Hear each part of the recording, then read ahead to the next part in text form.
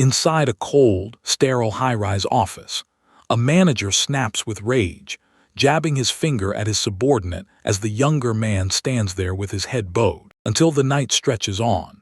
Alone at his desk, he hammers away at the keyboard, the steady clacking slicing through the silence as he grinds through piles of paperwork. Tired to the bone, his eyes lock onto the clock as midnight ticks louder and louder. Then he lets out a crushed sigh, begging for it to be over, and finally decides. He's going home. He trudges down a deserted road when his eyes lock onto a tiny white creature. And when he realizes it's a cat, he's stunned by how graceful it looks for something that's supposed to be a stray. He steps closer, and a terrifying thought hits like lightning. There's a cat in the middle of the road, and he never even saw the oncoming car. So he screams, full panic. With a split-second hit of instinct, he lunges forward and shoves the cat out of the way just as the truck's blinding headlights roar toward them. A sharp, violent crack slices through the night. As his consciousness slips away, his whole life slams across his mind like a firework. His parents abandoning him and saddling him with their deaths. Some greedy company squeezing him dry, and that crushing loneliness of being single at 30. And in his final fading breath, he can only admit how miserable his life truly was. He drifted helplessly in pitch-black darkness, wondering if some miracle had actually kept him alive, while distant voices crashed through the void, close, echoing, but impossible to pinpoint. His whole view snapped into focus. An enormous, ornate chandelier loomed overhead, and he couldn't help staring, wondering if this strange new room was a hospital he'd somehow been brought to. A bright, cheerful voice sliced through his confusion. Turns out it was a maid, grinning as she congratulated the Wishdo family on the arrival of their firstborn, and those words kept spinning in his head, leaving him totally baffled. Lord Allen, a man with long, fair hair, leaned in and spoke to the maid. She swore the newborn was a boy, then asked if he'd finally picked a name. Before he could even speak, a stern-eyed man cut in and declared the child's name, Inoa, and the whole floating consciousness recoiled, desperately insisting, "My name is Inoa." The protest vanished into the void, and suddenly his whole world snapped into a newborn's body, eyes bulging with raw shock and total confusion. Outside the grand Wishdo mansion, people crowded the air with whispers about the baby's every move, cheering when he lifted his hand. Sure, it meant he was already warming up to his new name. 8 years after his birth, Inoa Wishdo sprawled on a bed, staring at the ceiling with pure, soul-deep boredom. Back then the hype was real, but now life had turned into a dull blur. He stared at the end of his old life and finally admitted it. He really died, then got reborn as a noble in this brand new world. This fresh start landed him in a lavish, jaw-dropping mansion where 3 meals and naps were always waiting, and honestly, it didn't just feel comfortable. It felt like the best life. But when he collapsed into bed, frustration started rotting inside him. Coziness felt like a cage, and he couldn't leave to see the world with his own eyes. My mind sprinted through 1,000 wild possibilities. Picture this: jaw-dropping wonders, endless landscapes, and secrets so unknown they were practically screaming from right beyond those mansion walls. With a jolt of renewed determination, he shot upright in bed. Today was the day he finally stopped hesitating and went for what he wanted. He crept toward the doorway, but the escape died on the spot. Then a calm voice in Noah's Soma rang out his name. He froze the moment he realized who it was. Camilla. Camilla, the maid, leaned in and fixed him with that knowing smile, her eyes flashing behind her glasses as she quizzed him. Where did he think he was heading? He stammered that he'd only slip out for a quick walk, but she shut him down cold and grilled him for always trying to sneak out the moment he got the chance. Then she kept her eyes off him, which somehow made it worse. When his frustration finally boiled over, she threw him a deal.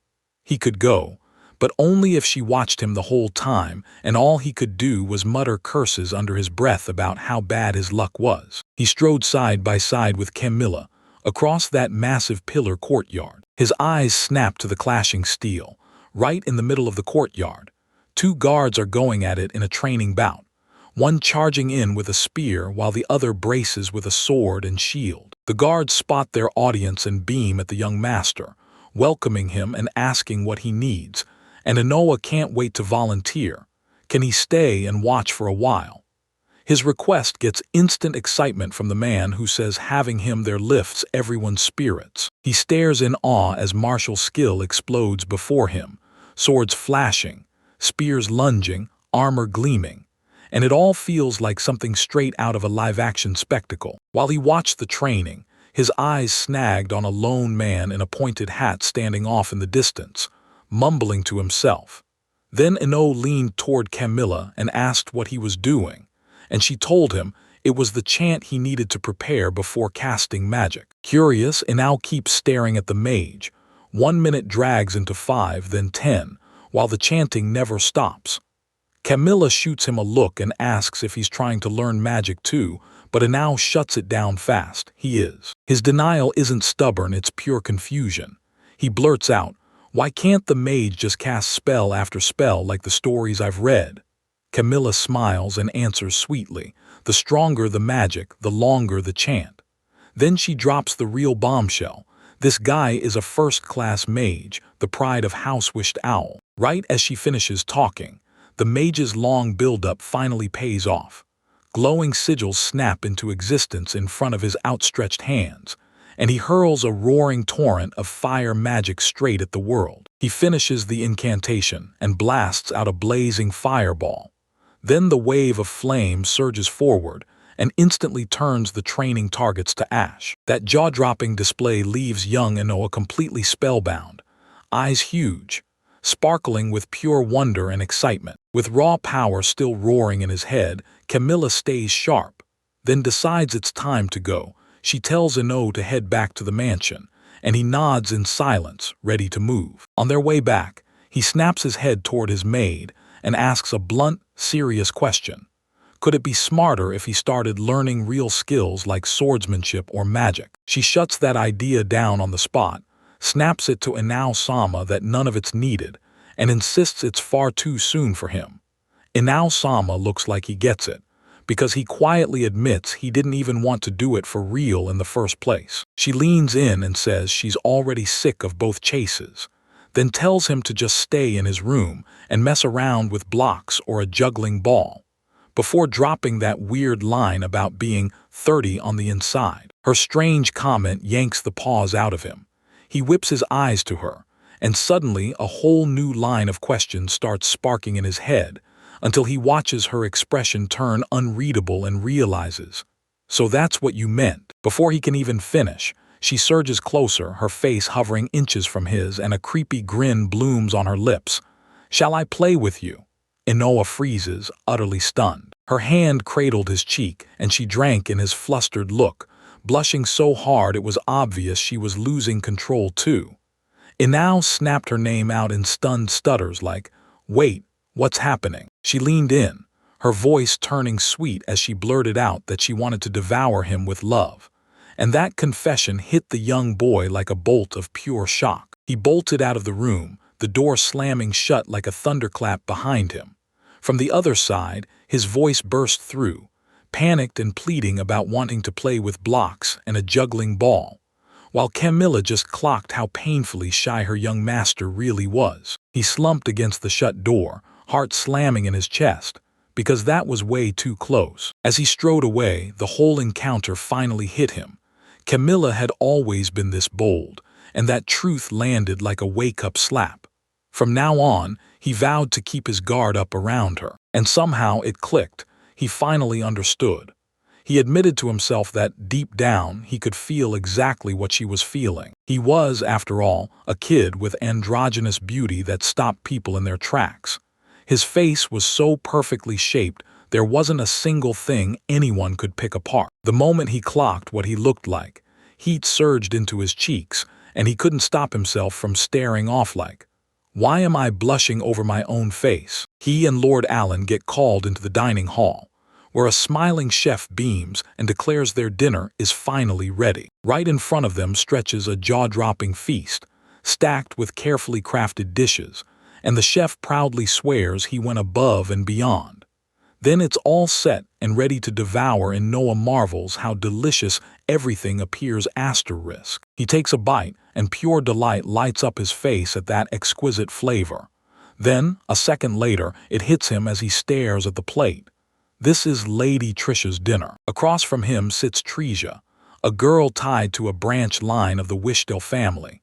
While he digs into a feast, she quietly makes do with a simple bowl of porridge, thanking them in a soft voice, and everyone around her still treats her like she's beneath them just because of her bloodline. He spots the brutal contrast in their meals, then quietly shoves one of his fancy dishes across the table and sets it in front of the other guy. Her eyes snapped wide at the gesture.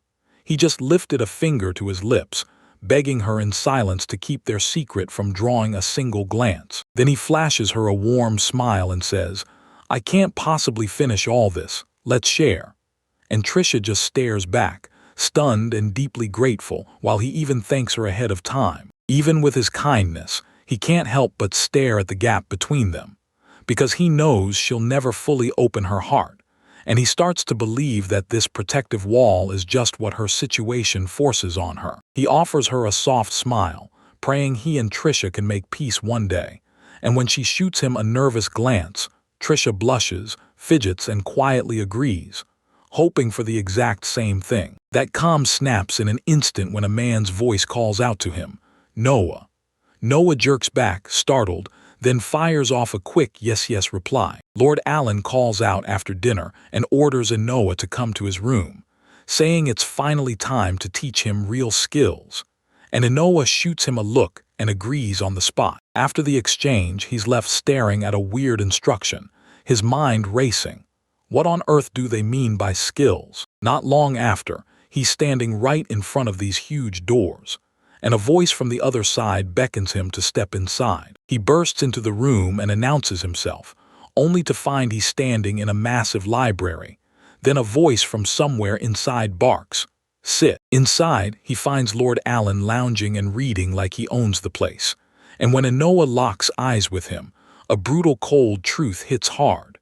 Alan Wishdale gives him absolutely nothing like a father's love. Alan finally breaks the silence, dropping cryptic words about how everything hinges on your worth, and that ominous message hangs there, making Noah's stomach churn with questions. He stammers, rattled by that question about his worth, and the answer he thought was solid turns into a brutal wave of embarrassment, while Lord Allen just watches him with that knowing, nearly amused look, like I've gotta admit, yeah, his answer was really that bad. As Noah stares in shock, Allen's attitude snaps.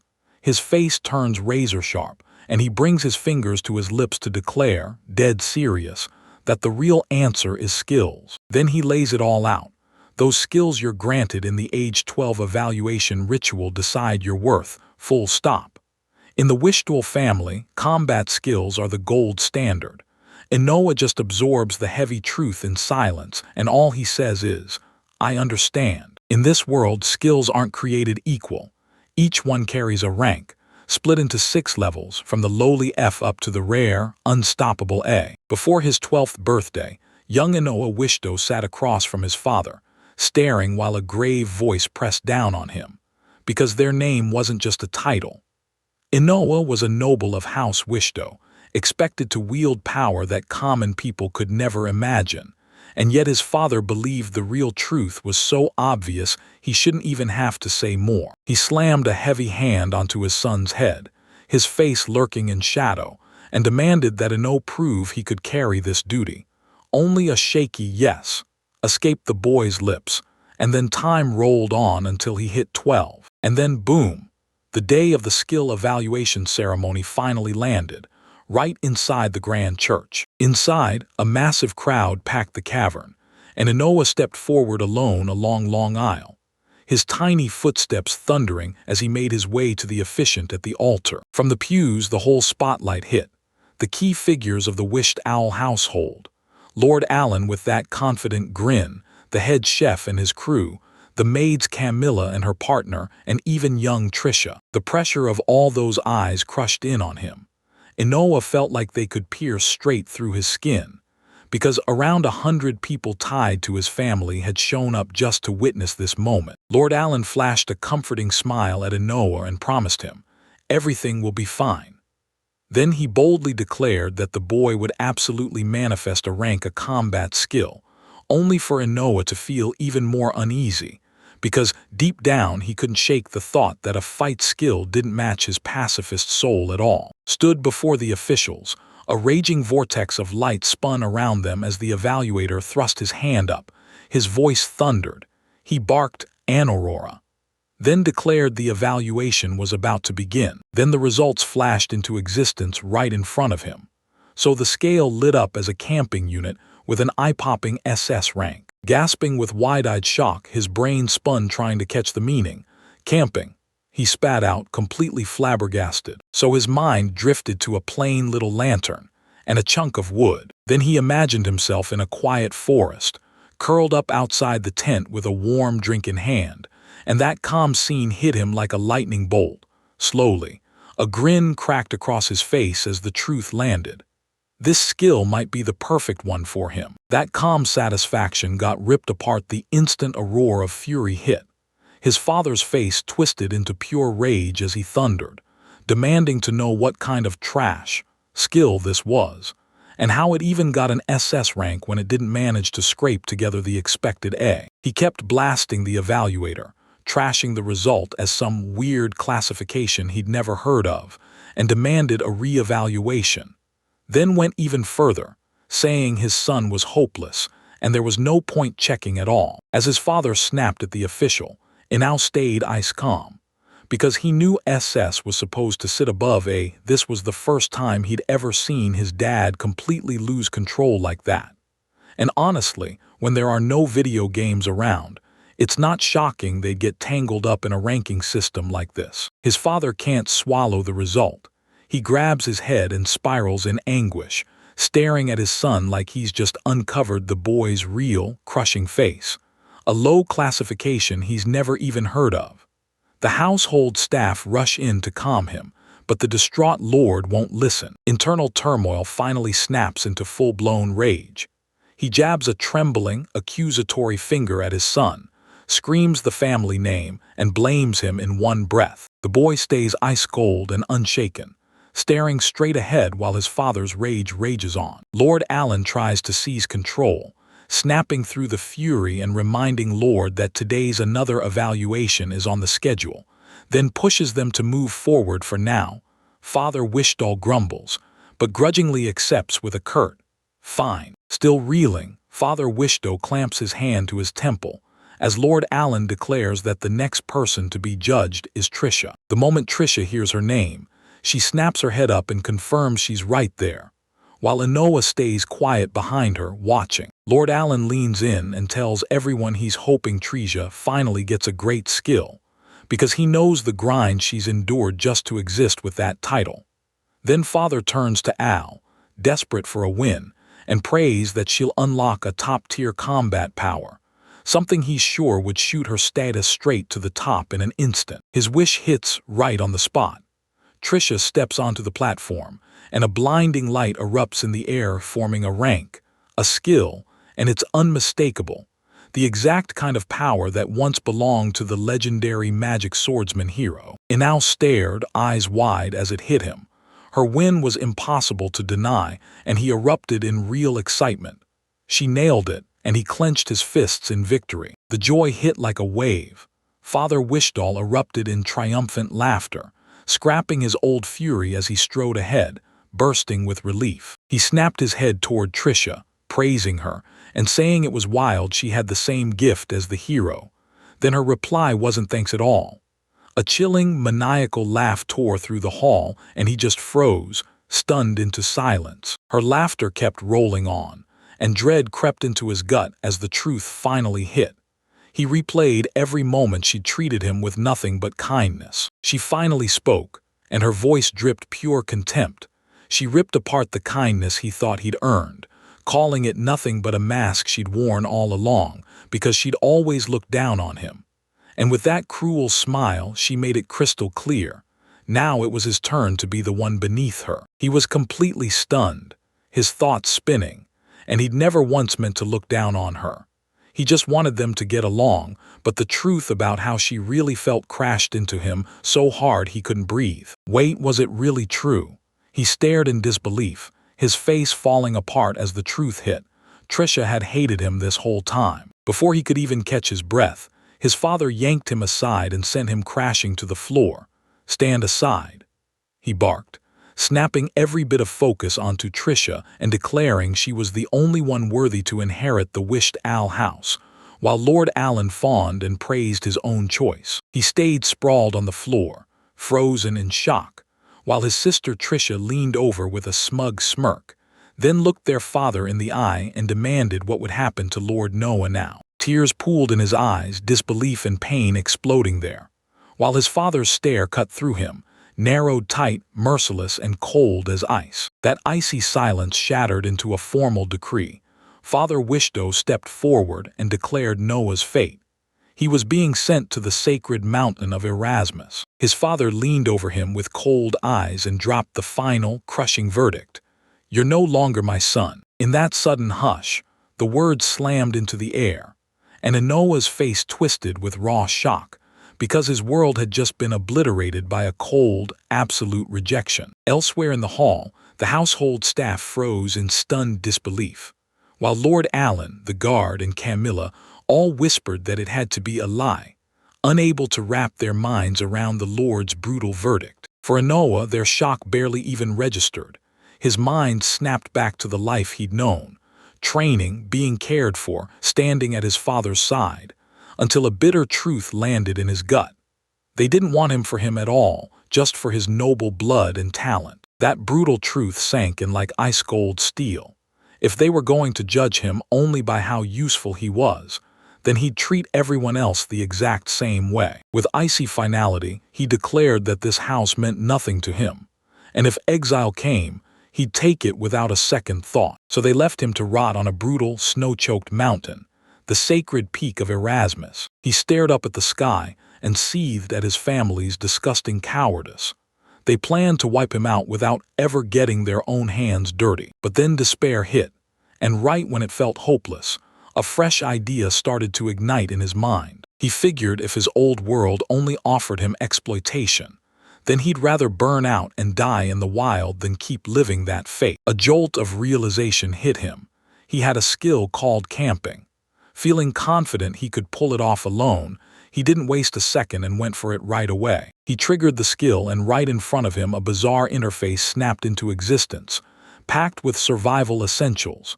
A tent, a chair, provisions, a frying pan, and even a cooking table. In the blink of an eye, the chosen items dropped into the clearing, snapping into place like a perfectly stocked campsite. "I can see it." His eyes light up with pure delight, and it blows my mind. Those items really manifest out of nowhere, summoned into existence the second he thinks about them. He drops into the sturdy chair, eyes scanning the supplies, and the vegetables gleam while the meat looks insanely high-grade. Like this top-tier feast is only rank SS, because someone's playing no games. A rush of pure excitement slams into him, and he lets out a joyful sigh he can't hold back. Then his mind snaps to cooking, meaning he needs a fire. He hauls in the firewood, gets ready for the next camping move, and strikes it, light the fire. Right when he starts, a massive, mind-bending magic circle explodes in the sky above him, blazing the whole area in furious red light. He snaps his head up, shocked, and can't stop asking what the hell is happening. Energy from the circle surges inward, rushing straight into his outstretched hand, and as he stares with wide-eyed shock, the firewood bursts into a blinding, brilliant light. The impact hits way harder than anyone expected. 1 second the forested mountainside looks calm, and the next, it's ripped apart by sudden chaos. A massive spear of golden light blasts up from the trees, punching straight through the sky like it's unstoppable. Ino freezes, staring with wide-eyed disbelief, soot smeared across his face, while the blazing fire pillar he summoned keeps roaring straight up into the sky. The eruption's force slammed him to the ground, and when he blinked through the chaos, sparks from that magical blaze were already licking the grass around him. He spat curses through his teeth. Panic surges as the nightmare sinks in, If this keeps going, the whole mountain is going up in flames. And he knows he has to put it out right now. His brain scrambles for an answer, thoughts sprinting non-stop. Then it hits him. New grit surges through him as he thrusts his hand out, ready to trigger another camping action and draw water. As he calls the skill, a gigantic, blazing blue magic circle crashes into the sky, and the symbols instantly hit him, same ones as before. Because right from the center, an impossibly massive metal bucket materializes out of thin air. The object hangs there for a heartbeat, hovering right above the blazing column of flames. With a gut-wrenching groan, it slowly starts to tip, like it's seconds away from spilling whatever's lurking inside. From down below, his eyes fly open with pure horror, and a nightmare realization hits as he watches the giant bucket start to tip. His mind screams, "No way, please don't, seriously." His plan to smother the fire went disastrously sideways. When the giant bucket tipped, it blasted out a thick, solid sheet of water. Everything dumped out at once, crashing into the forest below in one colossal waterfall of pure destruction. When the downpour slammed the ground, the wild spray flared in the sun, painting a razor-thin rainbow across the mist before it vanished. The blast hit like a tidal wave, soaking the whole landscape and splashing the clearing into a temporary swamp. In the soaked undergrowth, the woods went dead silent. Then brutal coughs sputtered through the dark. He sprawled on his back, drenched and numb, eyes locked on the sky. And then the truth hit like a wave of terror. His camping skills weren't just useful, they were deadly in ways he never even imagined. As that terrifying thought clawed at his mind, a giant white paw slammed onto the cliff's edge, and whoever owned it stared down at everything below. A colossal white tiger towered above the flooded forest, staring down with a sharp, knowing glint. Then it let out a low chuckle like it instantly recognized that infamous show of power. A quiet stream slips through a thick, sun-dappled forest, whispering around the roots of ancient trees. Suddenly, that sleek outdoor fan flicks on with a roar of raw power. Noah Wishto stares with a bright, hopeful grin, murmuring like, "Will this thing finally dry that soaked ground right?" He stares in disbelief. This whole area is already bone dry. Then he snaps into action, decides he's better off bailing from the spot that just soaked him, and quickly shoves his backpack away. From the dark depths of the woods, the boy spots two huge, glowing eyes staring back at him. He snaps to a halt mid-move, dread flooding his whole body, and then, wham, he realizes something's right behind him. A massive white tiger, its presence revealed by the feeling source, slips out of the undergrowth in total silence, and its gaze locks onto him. His eyes bulged with pure terror, and one shocked couldn't-be-real word tore out of his mouth. Egg, tiger. He froze on the spot, not from fear, but because he was stunned by how unreal it looked. Those turquoise eyes burned with life, and the pure white light glowed so clean it made his heart stop. He couldn't help it, it was breathtakingly beautiful. A brutal low growl ripped through the air and snapped him out of his trance. Because right now, admiration was the last thing he could afford. Colossal tiger dug in and refused to budge, and a near-miraculous haze of vapor curled up from its hulking power, started advancing slowly on purpose, closing the gap between them step by step. Panic slammed into him, and his mind shrieked one awful thought. Something was coming to swallow him whole. As the creature closed the gap, he forced himself to move, but his body froze solid. Right there, the tiger's huge head loomed in front of him, breathing a soft, curious hug. Then a deep voice burst out of the beast, crystal clear and totally unexpected, and it pronounced him a good person. The boy's terror instantly flipped into pure disbelief. He couldn't even wrap his head around what he just heard, wondering if that creature was really talking. He planted his feet, heart pounding as one brutal question slammed through his mind at the towering beast. Why didn't it strike when it had every chance? And the tiger roared back with an impassioned explanation. The creature's logic was downright weird. It insisted the tiger was one of its favorite felines, then flashed a crystal-clear picture in its mind of a huge lion lounging in a crowd of cats, from leopards and pumas all the way down to everyday house cats. That ridiculous logic sent him into a full-on panic. He shot a hand up, trying to blurt a protest and force the situation to make sense. His protest choked off as he finally locked eyes with the creature. Fear got shoved aside by awe, and he barely breathed out that the tiger was truly beautiful. The great beast just stared back, stone calm, with no emotion in its face. Then he tossed fear aside and surged with excitement, urging the startled tiger to calm down as he openly admired its fluffy fur, its cute, elegant look, and those spellbinding eyes. A tiger looked stunned by how bold this was, growling about the disrespect toward a sacred beast. Then it muttered that maybe this kind of love fit the one who saved the cat god's life. Inoa froze, totally baffled, insisting he never meant to hurt anyone. As he talked, a new figure snapped into existence in a flash of light, a huge, fluffy white cat. Before anyone could even blink, it blurted out, voice cracking, "So, is this the cat god?" The tiger stayed cool and calmly nodded. "Yep," the white tiger told Inoa, "you saved the cat god, so now you owe me." It thrust out its paw like it was sealing a pact, and Inoa blurted that he didn't want any repayment, until the divine feline's thought hit him out of nowhere. It was starving. He just stands there stunned, while the white tiger's voice keeps pounding through his head. And then that tiger casually thinks, like humans don't even look all that tasty. It leans in close, its eyes blazing as it declares to Inoa that he looks straight up delicious. The boy jolts, swallows hard, and cold sweat erupts across his skin. The massive feline yanks back with a smug grin, and it's clear it was just playing. No, it wouldn't dare bite the one who helped it. The boy exhales in pure relief, even as the joke of a tiger's threat still feels way too real. He snaps back fast and offers to cook a meal for the starving cat god, and the tiger's mood flips in an instant.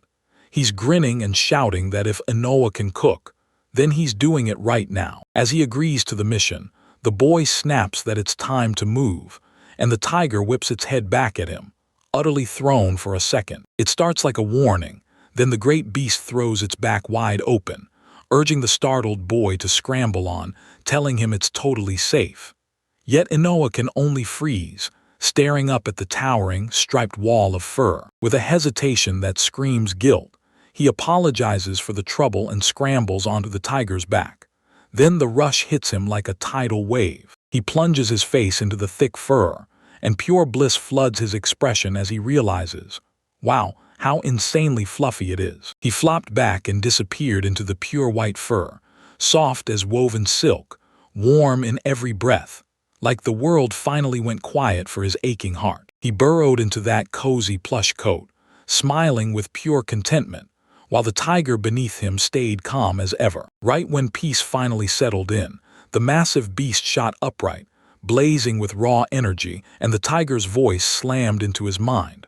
Hold on tight. He barely managed to lock in his grip when the tiger exploded forward, sprinting at him like a cannon shot. As the great beast tore through the forest, everything around them blurred into wild streaks of motion. With the weapon slung across his back, Inoa yelped in pure shock, wheezing as the blistering speed stole the air from his lungs, forcing him to demand, "What is happening?" He snapped that there was no reason to go this fast, but the tiger just stared at him like he'd lost his mind, then calmly said it was, actually, moving slowly. That hit Inoa like a jolt, and suddenly he realized they were already creeping toward the edge of the forest. Just as he tried to catch up with what he'd seen, the tiger exploded into one last, thunderous leap, slicing clean over the tree line and bursting into a wide-open world. He steps into a grassy clearing, and a white tiger growls that they should eat right here. The beast grins and tells him it knows the tastiest ingredients up on that mountain, and it'll race up there and grab them fast. Noah nods, and the next heartbeat later, the tiger streaks away in a blur, slamming through the dirt and spraying up a cloud of dust that startles the boy. All alone, he grins as he realizes, yeah, he could have grabbed the ingredients himself with his own skill. He starts fretting over what to cook. One minute he's daydreaming about curry like every camp does. The next he's thinking of just turning that meat into a perfect steak. And then he's imagining something way more elaborate, until his mind drifts to that legendary chef with food so delicious it made people swoon. and a personality so rotten it disgusted everyone. He freezes in place for a beat, silent and locked in his thoughts under the wide, open sky. At the Wishdale family home, a young Trisha throws herself into training with brutal intensity, ripping out a fierce battle cry as she swings her wooden practice sword. From afar, a guard keeps his eyes on her and murmurs to a comrade, "Is Lady Trisha already training?" The reply comes fast. "Yep, honestly, with a magic swordwoman like her, that's exactly what we should expect." First, the guard's mind snapped to her brother. "Inoa, what are you doing?" Then his partner's face sank when he realized the mountain is crawling with dangerous monsters, and he grimly concluded that with Inoa's useless skill, he's probably already dead. He hammers home the horror, replaying how, just last month, a whole company of soldiers got wiped out by that monster.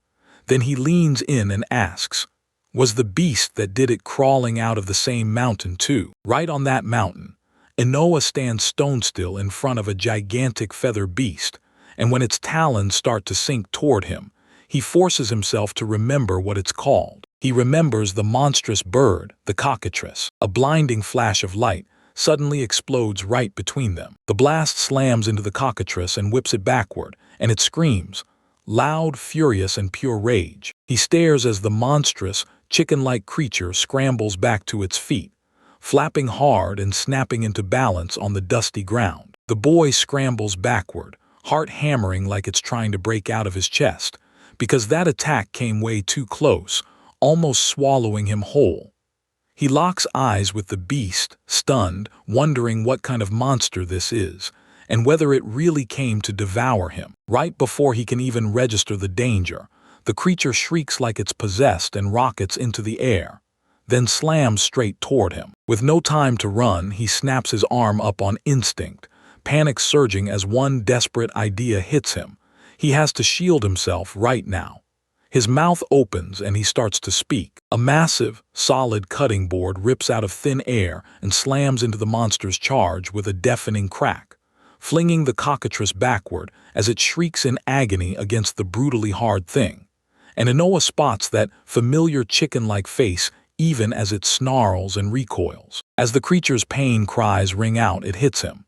This chicken-like monster might actually taste amazing, and suddenly he's craving perfectly cooked skewers, crispy fried drumsticks, and a whole roasted bird. With fear trying to choke him out, hunger slammed through instead.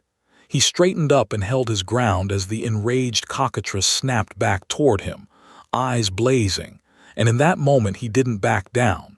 He jabbed a finger at the beast and announced he was going to eat it. The monster glares with teeth bared in pure fury, but Inoa's already plotting the next move, because his big talk is just the start, and the real challenge is figuring out how to land the catch. He stared in shock as the cockatrice screamed with a brutal, piercing shriek. That scream tore through the air, and before anyone could even blink, a massive white tiger exploded in from the side, slamming the cockatrice with a brutal swipe of its paw. The crash slammed him backward, and he tumbled before he could even react, stunned. He just gaped in disbelief at that smoking impact. He scrambled away in pure panic, mind racing as he tried to hatch a plan on the fly, because he knew he couldn't take it head-on, not with a knife or a rope. So his only shot was to use his skill to strike from a distance, but every idea slipped through his fingers, and he had absolutely no clue what to do. He wailed that there was no way he could beat it with a kid's strength. Then, as the thought hit, a brand new idea started to spark. He launched his plan, then shot to his feet and yelled at the creature, calling it a stupid bird and daring it to try to eat him. The taunt landed like a punch. Rage exploded in the cockatrice. It shrieked. Its eyes blazed with a cruel, brilliant glow, and it barreled straight at them. A monster bore down on him, but he didn't panic. He calmly snapped his skill on, conjured up a pair of sunglasses, slid them on, stared down the charging beast and barked the command. He slams a hand to the ground, calls up an ornate lantern, and then grins, letting loose a blinding, full-power flash that engulfs the charging cockatrice and leaves it screeching, totally lost. While the dazed monster lurches, he rips out his next weapon, a giant metal sandwich maker, and with total confidence he swears this will be the final blow to their fight with. With a battle cry, he jabs his fist forward and barks an order. Shut the device down. The sandwich press slams shut with a brutal clang, trapping the cockatrice's frantic squawks behind it tight. With his opponent finally shut down, he clapped his hands in a show of thanks right before the meal, calm as ever, saying itadakimasu, then mocking the creature by copying its cry. Then he whips out a portable bonfire and sets the sandwich maker right on its grate, dialing the flames like a pro before barking, "Ignite!" The fire erupts, and a magical circle snaps to life under it. Fire roared to life, scorching the metal prison where the cockatrice's muffled cries fought to escape. As the steam starts to billow off the sizzling contraption, he studies it with a sharp, thoughtful stare. Because it's a giant creature, and he knows he'll have to cook it slow. A thunderous shout cuts him off. Then a massive white tiger comes charging in, bowing as it apologizes for being late, bouncing toward him with a big cloth-wrapped bundle strapped to its back. The tiger flops down right in front of him, and Inoa fires off the question with a confident chuckle. So the creature tells him, "Open the bundle and see for yourself." As he tears the wrapping away, a wild mix of creepy mushrooms, rare herbs, and bone-like scraps spills out. Inoa jerks back hard, his face draining to pure disgust and shock. Even with Inao's shock, the tiger swears the food tastes so insane it once made itself faint, dead serious. Still rattled, Inao blurts out, "Are those things really edible?" And the tiger beams, totally sure they are. He tiptoes to the pile, snatches a dark, bark-like strip, and lifts it to his nose, then inhales, shocked by the sharp mix of seaweed and mountain herbs. His hesitation still lingers, but he reminds himself, this other world is full of wild ingredients. So he clamps down on his doubts and chooses to trust every word the white tiger says. As he thinks it over, the tiger blurts that it had wanted to steal a tasty bird from the mountain too.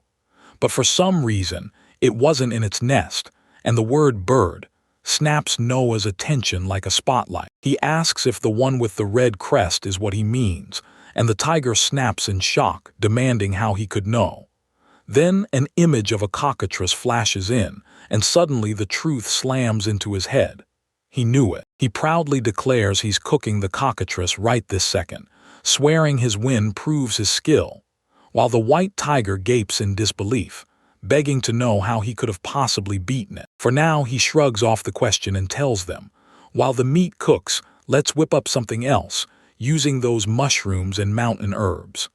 The tiger's surprise vanishes for a beat, and then it nods along with pure excitement. He yanks out yet another portable bonfire, sets a pot on top, and pours in water from his special container before tossing in the herbs to kick off a steaming broth. Meanwhile, he snaps his focus to the other ingredients and starts chopping them up with a razor-sharp knife. His knife snaps into motion with surgical precision, slicing through those strange mushrooms and roots in a blur. Once the broth is ready, he yanks out the wild herbs and tosses in the freshly chopped ingredients. Then he sprinkles in the right amount of sake, mirin, and soy sauce, slaps the lid on the pot, and lets everything boil up hot and bubbling. 5 minutes later, the air suddenly fills with a mouth-watering, glorious aroma as the food comes down to the finish line. So the white tiger goes totally feral, drooling and roaring that it wants to eat right now, warning Inoa to keep watch on us. The food finally hits the table. Perfectly grilled cockatrice sizzles right beside a steaming pot of otherworldly mushroom and herb stew, and that aroma floods the air. Inao declares it finished, calling out just how mouth-watering everything looks. He whips around to the white tiger with salt and pepper grinders in hand, saying the meat's got zero flavor right now. So he's about to fix it before serving, then tells the creature to hang on just a moment longer. The great beast slobbers, eyes blazing with hungry excitement, and it growls that it can't properly feast with its whole body and soul in the form it's stuck in right now. So Inoa glances back, completely thrown off by that bizarre announcement of, before he can even speak, a huge burst of white smoke detonates right where the tiger was sitting. A blast of smoke erupts out of nowhere, and Inoa freezes, staring straight into the spinning cloud like he can't believe what he's seeing. As the smoke starts to peel back, a sharp feminine figure steps into view, and Inoa jerks a finger forward, stammering, pure shock at the sight that just shouldn't exist. The figure finally comes into full view. A woman with snowy white hair, blazing blue eyes, and the ears and tail of a white tiger. And when she snaps into a confident pose, she grins and proudly declares her humanoid beast mode, and down below, Inoa just goes completely silent. The white-haired woman with tiger ears lounges and stretches, then lets out a satisfied sigh. Turns out in human form, the wind hits her skin way better. Catch Noah completely off guard. He just freezes, stares in total shock, and blurts out a shaky question about why she's wearing a human form. With a sudden jolt, she blurted, "I knew it, she's been a woman this whole time." Trying to swallow the new info, Inoa blurts out a follow-up, then freezes, wondering why her own questions even matter, especially since he'd heard that tough, masculine tone before. She answers with pure pride, and boom, her deadly beast form blooms behind her as the sacred white tiger, like, "Say it like this and I just look cooler." Shock melts away, and a new kind of awareness slams into him. His face flushes, his eyes narrow, and suddenly his mind flips gears as he starts talking about something else. His eyes slide over her, drinking in her outfit, or the lack of one, until that tiny strip of white cloth chained by golden rings leaves almost nothing to the imagination. Blushing a furious deep red, he's utterly wrecked, panicking in his head that her clothes are way too revealing, and he has zero clue where he's even supposed to look. She's still rattled by how she looks when a tiger woman slides in clothes, grinning wide as she asks, right to her face, what his name is. He stammers for a beat, then finally introduces himself, just as Inoa wanted it, and when she smiles, she laughs out a sweet good night. Then she snaps into an equally formal introduction like Tia Fresberg, reaching out her hand. Inoa's still wide-eyed, but he takes the handshake, and that's when their introductions truly lock in. After a while, Inao stands in front of a huge wooden cooking setup, rolling up their sleeves and getting ready to cook their next meal. Carefully seasons a huge chunk of meat, then lays it over the heat like a promise he's about to keep. The roast comes out perfectly cooked and neatly sliced, glistening like pure gold on the plate. Across from Tia, he slides into the seat, clasps his hands with her and gives thanks. Then the two of them dig in. The first bite hit them like a thunderclap of flavor, and their eyes snapped open in perfect sync, like, without a word, they were all screaming, "This is insanely good." He takes a bite, tests the flavor, and just like he figured, it's chicken but richer, like the taste gets louder with every single chew. Then he takes a sip of the broth, and boom, those weird-looking mushrooms and mountain herbs hit him with a wild burst of flavor, spreading cozy warmth through his whole body. Across from him, Tia Fresberg kicks her feet in pure delight, savoring every bite. She swears the meat and mushrooms taste 100 times better than usual, and she calls Noah a cooking genius. Noah just brushes off the praise with humility. Suddenly, his face snaps into shock, and an unknown force surges through him, igniting a weird new energy inside his body. Spooked by the look on his face, Tia blurts out, asking if he isn't feeling packed with energy. Yet her question only leaves him even more baffled. She realizes he still hasn't gotten the hint, so she flexes her arms and blurts, "This food is insanely delicious. It's boosting my energy like I planned." And then it finally clicks. Inora understands for real. Agreement fades out as a wild thought ignites. He locks eyes on a spoon, wondering if this isn't just good flavor. Tia teases that it's almost too delicious, and suddenly a whole new line of reasoning snaps into place for him. In that instant, his eyes flared with sharp, analytical fire. Then he snapped into action and activated a skill, breaking down the camping move like a perfect puzzle. And then the analysis skill snapped awake and laid it all bare. This meal was insane. The otherworldly mushroom and herb stew blasted their max HP sky high, sped up recovery and magic regen, shrugged off poison, and even sharpened their intelligence, while the grilled cockatrice pumped up max HP, boosted attack and agility, and slammed their poison resistance even harder. He fixed his eyes on the results and his gut feeling snapped into place. This food was the real cause, no doubt. He'd never seen anything like it before. Out here, food didn't just fill you up, it could actually boost your abilities. Then a fresh idea hit him like a spark. His mind snapped up to where these effects were coming from. Because if that food was truly special, was there some secret power baked into the cooking utensils he'd picked up with those camping skills? Still curious, he zeroed in on one tool, snatched up the knife he'd been using and slammed his skill on again. Analyze. The skill ripped the truth wide open. That knife wasn't ordinary at all. It was a divine-tier camping blade called True Cut, and it turned cooking into power. It cranked up every ingredient's effects to the max, crushed toxins before they could bite, spiked your odds of rare ingredient breakthroughs, and blasted your stats upward. On top of that, it sliced through anything like air, and its edge never, ever dulled. The realization hit him like a wave, eyes bulging, breath caught. Because the more he ate meals cooked with his camping utensils, the more power would surge into him. Right in the middle of this jaw-dropping revelation, he froze, until a cheerful voice snapped him back. Tia stood there with her empty plate and bowl, grinning, and begged him for more. She clocked the stormy look on his face, tilted her head, and demanded to know why he kept glaring at that knife, frozen in his own thoughts. Then she called his name again, hard, trying to snap him back. She clocked his far-off stare and told him to shove it aside for later, then pushed another plate into his hands. So he snapped back with an apology and a bright smile, admitting he'd been lost in something. After they stuffed themselves, the whole table buzzed with satisfaction. Tia even crowned it the best sheet hat ever. As soon as Emil was finished, Tia urged them to stop, rest, and talk. Then she leaned in close, stared him down, and told Noah, "Start with you." He looked completely stunned, so she pressed on, burning with curiosity as she asked about the life he'd lived and how he ended up helping the cat god. He hesitated, almost admitting he didn't think his life was worth a second glance. Then she waved it off, eyes locked on him, and pushed for more.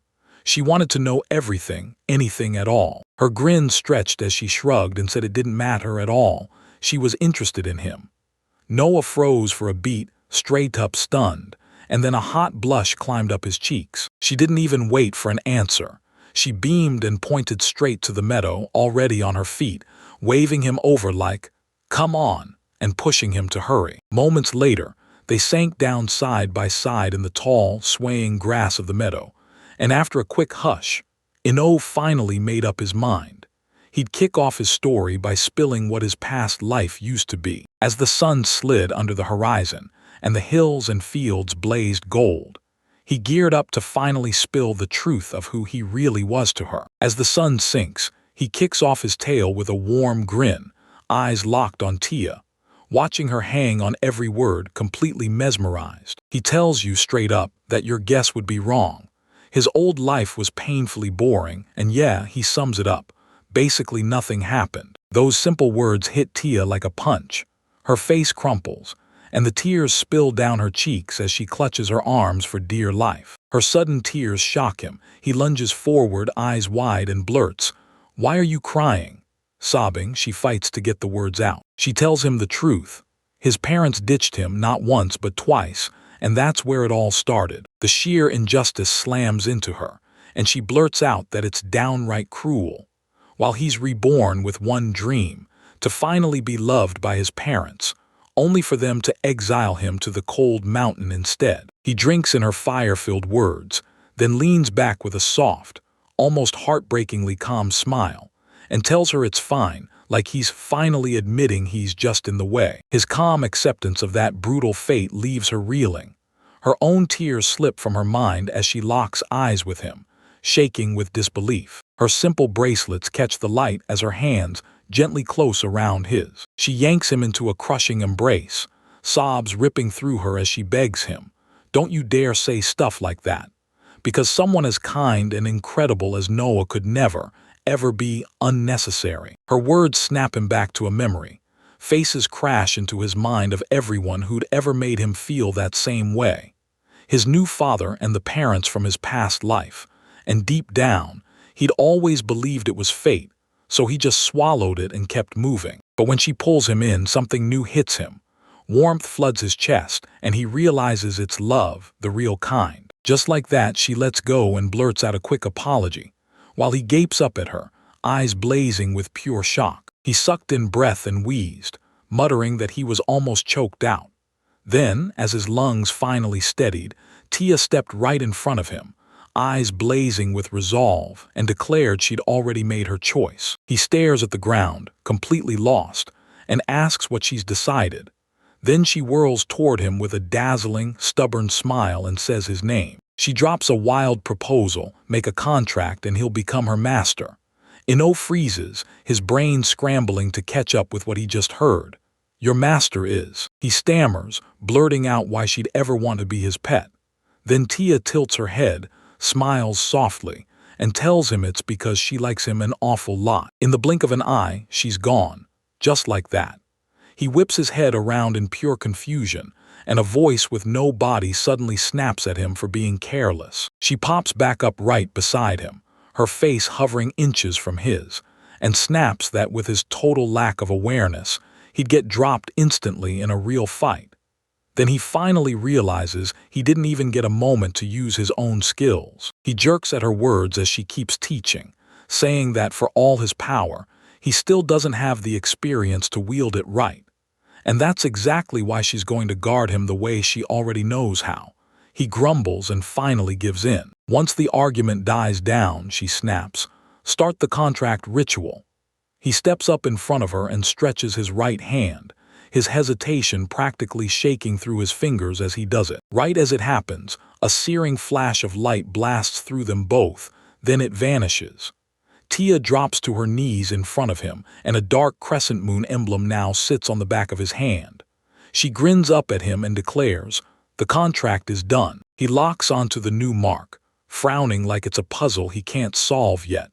Then Tia beams and tells him exactly what it means, saying that now he's her master, he doesn't have to use formal honorifics with her anymore, and he just nods along in quiet agreement. Their perfect moment gets ripped apart by a terrified scream, and in the nearby grass, a disheveled young girl bolts in panic from a monstrous beast, its gaping mouth packed with needle-like teeth. Noah's head whips toward the chaos, eyes blazing with pure alarm. A terrified little girl, ragged and half-frozen in scraps, barrels through a field while screaming at the top of her lungs. Because right out of nowhere, a visitor has appeared before Ino, and a gigantic, tusked boar lunges after her, charging non-stop inches from her heels. The beast barrels in, and a blinding flash detonates. Ino rockets his hand forward, glowing bright as he hurls a spell of pure light, snagging the girl's attention as she whips around in shock. The spell hits like lightning. Right away, the boar now is cooking perfectly, and smoky steam curls from its hide. Ino uses the moment to fine-tune the fire's intensity, grinning at that mouth-watering smell, while the girl nearby slumps to the ground, panting hard, and he can't miss it. She looks absolutely wrecked. He strides up to the girl sprawled on the ground and barks, "What are you doing?" telling her to lift her head. When she looks up, she blurts that she's grateful he saved her, calling him Inosimha. Hearing his name hits him like a jolt, and he can't stop himself from wondering how she even knows it. She locks eyes with him through weary, dirt-smeared smudges, then straightens up and gives her formal name like a battle announcement. "I am Remeria Cascade." It keeps digging up a brutal past. She was a slave, kicked out of the Wishdar family, and half her duties ended with Lord Allen ordering lash after lash. Inoa and Tia are shocked, swearing the family never had a slave, and Ramarius just shrugs, saying, "Yeah, that's exactly why you wouldn't know." His face snaps into pure shock when that name gets said. "Allen," he blurts, and beside him Tia gives a soft, solid confirmation. Yes, that calm little confirmation gets ripped apart, because a wild, manic laugh erupts. A ragged man with eyes gone mad storms into view, swinging a massive rod like a weapon from a nightmare. "I'm your father," he roars. Then Ramaria yanks back in pure terror, because Inoa just stares, completely frozen and stunned. As the danger finally backs off, Inoa scoops the dirt-caked Ramiria into his arms. She yelps and begs him to stop, panicked that he'll get her all grimy. He hushes her at once, tells her not to strain herself, and promises he's carrying her to safety. Tia tells Ramiria she's taking a bath, and the idea slams into her like a shockwave. Then Tia grins and suggests the three of them bathe together, saying it'll be way more fun, waving off every worry, while Ramiria freezes, horrified at the whole thing. Through tears, the tiger woman steps forward and introduces herself, Tia Fresberg, and Ramiria immediately stumbles out. "It's an honor to meet you." But before the moment can settle, she snaps back to the real problem and asks Tia if there's anywhere close by where Ramiria can rest safely. His question lights up her face, and with a confident grin, Tia declares, "I know just the place." It leads them straight into the open mouth of a huge, roomy cave. And once they step inside, she tells them she comes here all the time to hide from the rain. Nobody bothers to notice how pitch black it is, until he steps in, grabs a set of magical camping lanterns and snaps them onto the cave walls, flooding the darkness with bright light. Tia gasps and cheers, stunned by his skill. A safe place is locked down, and he shifts his focus to Ramiria, whispering that she must be starving, then tells her to wait while he throws together something to eat. The girl stares up at him, shocked he's actually offering. Her shock flips to sheer panic in seconds. She grabs Inoa and begs him to stop, shouting that she can just munch the insects and herbs around the cave, because you can tell she's used to being pushed to survive like this. She gapes in shock, her brain refusing to accept that Inoa got expelled. Then he drops the truth and confirms her worst fears. He was booted from the Wishdar family too, and with a soft smile, he tells her there's no need for all that stiff formality between them. As he talks, Tia slips her arm around the startled Ramiria and tugs her onto her lap, urging her to rest, while the girl squirms and hesitates like she's not used to comfort this close. She clutches her head, utterly overwhelmed, and can't stop wondering why any of this is happening to her. Tia gently strokes her hair, swearing she'll be okay and that she'll get to dig into something delicious soon. Inoa watches with a tiny smirk, already clocking that she's starting to act like a domesticated cat. His mind races to the meal, so he decides to cook something nutritious, gentle, and easy to digest to help them bounce back. With a sharp flick of his wrist, he summons a pot and the cooking tools in an instant. He starts chopping up the boar they just wiped out, then slices the pork and drops it straight into the pot, right as it kicks off a hungry simmer. Before you know it, the pork soup's done, steam curling, aroma hitting hard, and one spoonful feels like magic, restoring vitality, speeding up your recovery, and even boosting your defenses for a short, powerful burst. Tia eyes Noah's mouth-watering cooking as he snaps a small table into place. Then he slides a steaming bowl right in front of Ramiria and urges her to dig in before it goes cold. But she just stares down, completely baffled. Tears shine in her eyes as she finally blurts out, "Why are you being so kind to me?" Tia grins and says, "Food hits different when you share it." Ino freezes, stunned she'd even ask, because to him, kindness to someone in trouble is just what you do. Her question hangs in the air and they both go silent for a beat. She sat there, staring at the bowl like it was an alien puzzle, wrestling with one wild question after another. Was being kind actually normal? Could sharing a meal really make the food taste better? And what did it even mean to eat like that as a slave? This new world didn't just confuse her, it cracked her reality. Her confusion didn't come out of nowhere. It was scarred into her by a past that crushed her soul. In that underground dungeon, she sobbed and screamed until her throat tore, but nobody ever came. They tortured her until Alan, her captor, finally felt satisfied. Day after day, she survived on wretched scraps and forced sleep, and somewhere along the way she stopped expecting life, because what she knew had just become normal. She shoved those dark memories to the back of her mind, then clasped her hands tight, flashing a thankful smile before the meal began. She lifted a spoonful of warm soup with shaking hands, and finally let it touch her lips. The flavor hit her like a lightning bolt. Her eyes snapped wide with total, gut-dropping shock. Gears streamed down her face as the flavor hit, and she finally understood what too good actually meant. Because this was the first time she'd ever eaten something like that, and it felt like she'd been brought back to life. Tears hit her like a lightning strike, and everyone noticed. Tia gasped, stunned that the food was actually that good, and said she had to taste it too, while Anoa just watched her with a soft smile, quietly saying he was thrilled his cooking could pull joy right out of her. He lit up with a grin and swore the next time would be even better for her, and Ramaria just froze. His quiet, unconditional kindness hit her so hard she couldn't speak, tears still streaking her cheeks as she stared at him like she couldn't believe he was real. The thought of one more meal, one more kindness, shatters Ramaria's silence. Tears of pure joy tear down her dirt-smeared cheeks as she erupts in an unguarded, heartfelt shout of acceptance. And when she screams yes, hope pours into her voice like it's brand new. With her emotions spilling out, a sharp metallic snap rips through the silence. Then the rusted collar around her throat suddenly breaks, falling away like her bonds just shattered. Now that Anoa's got a fresh companion in their party, he quickly wishes out and declares it's time to recharge. Then casts a spell that whips up a curtain of wind, sealing the bathing area into two sides. With a confident thumbs up, he points it out.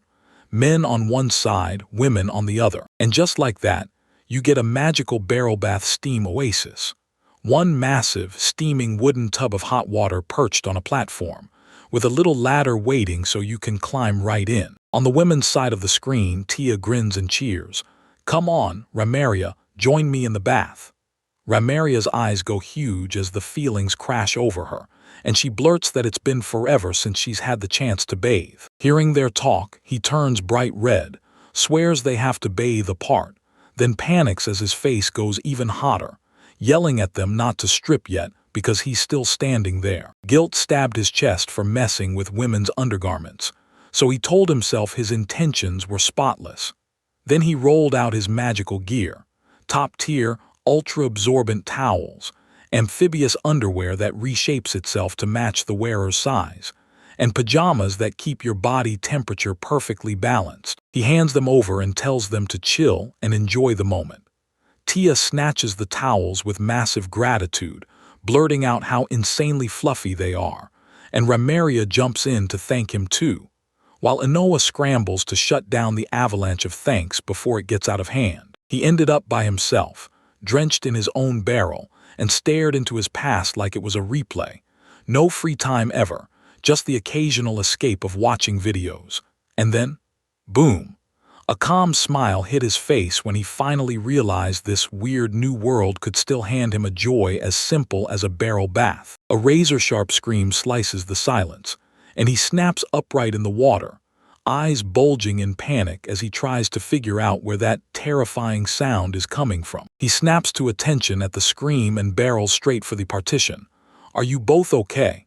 he yells, hand clenched tight around the wooden barrier. Under the full moon's glow, the night hangs perfectly still, like the world is holding its breath. But the calm shatters.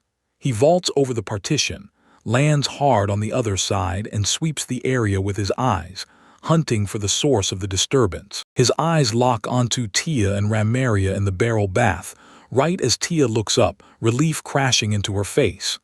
"Yeah, her," he blurts, and Tia just stares, shocked. "I know her." The sight makes him jerk back with a hard splash, and another razor-sharp scream tears through the air. He calls out, "Ramaria." She snaps her gaze up, blushing and panicking, then blurts out, "I'm sorry I got carried away."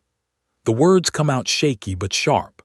Eno's face flips from sheer alarm to sudden realization, and he snaps right back, insisting, "No, she should apologize. I'm the one who should be sorry." Tia tells Ramaria what sparked that outburst. Right when she stepped into the water, her wounds vanished like they were never there. Instantly. Then she swears it has to be Enoa's magic, because Ramaria just keeps staring at her freshly healed skin, stunned she can't even believe it. As he overhears their chat, Enoa snaps everything into place. "Your wounds vanished," he mutters, and the realization hits like a wave across his face. "So that's it, right?" Shocked by the miracle, Ramario breaks down, tears pouring as relief floods in. Then, through shaky sobs, she confesses she'd already surrendered, fully believing her wounds would never heal. Inoa reclined in his own bath, flashed a soft smile, and waved off her gratitude, saying her recovery was all that mattered. Then it hit him. His father had brushed off his camp skills as useless, but now he knew that learning it was the smartest move he'd ever made. Tia beams so hard she practically sparkles, yelling how thrilled she is for Ramaria, then spins to Inoa and gushes that it's nothing short of amazing how he crafted a healing bath.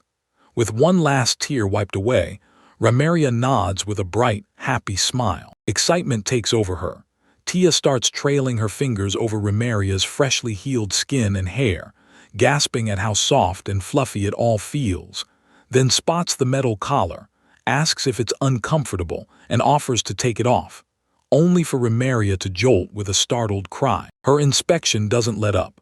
She keeps gushing about how soft Ramaria's chest is and how her hair shines, and the moment it turns intimate, flustered Ramaria blurts out, begging her to stop. Feeling completely out of place in the chaos, he shoots out fast, then throws out a quick apology before Inao declares he's heading back to his own bath, promising he'll see them later. A wave of calm washes over all three as they sink into warm, magical water, and Ramaria, Inoa, and Tia practically melt with joy. While Tia lets out this dreamy sigh, just savoring how amazing it feels, Ino finally sinks into peace, until a shocking discovery slams into him. A glowing list of the bath's effects appears, spelling out how it crushes curses, wipes away fatigue, restores vitality, and even regrows skin and hair. He blurts out in disbelief as he feels his own exhaustion drain out of him, realizing he just unleashed a monster-level power in his creation. He hunts down a quiet little hideaway by the water, and instantly decides it's the perfect stage for his next creation. With a brutal thud, a massive wooden barrel slammed into existence right in front of him, like it had been pulled out of thin air. He cracks the door open and peeks in, and his face lights up like he's just seen a miracle.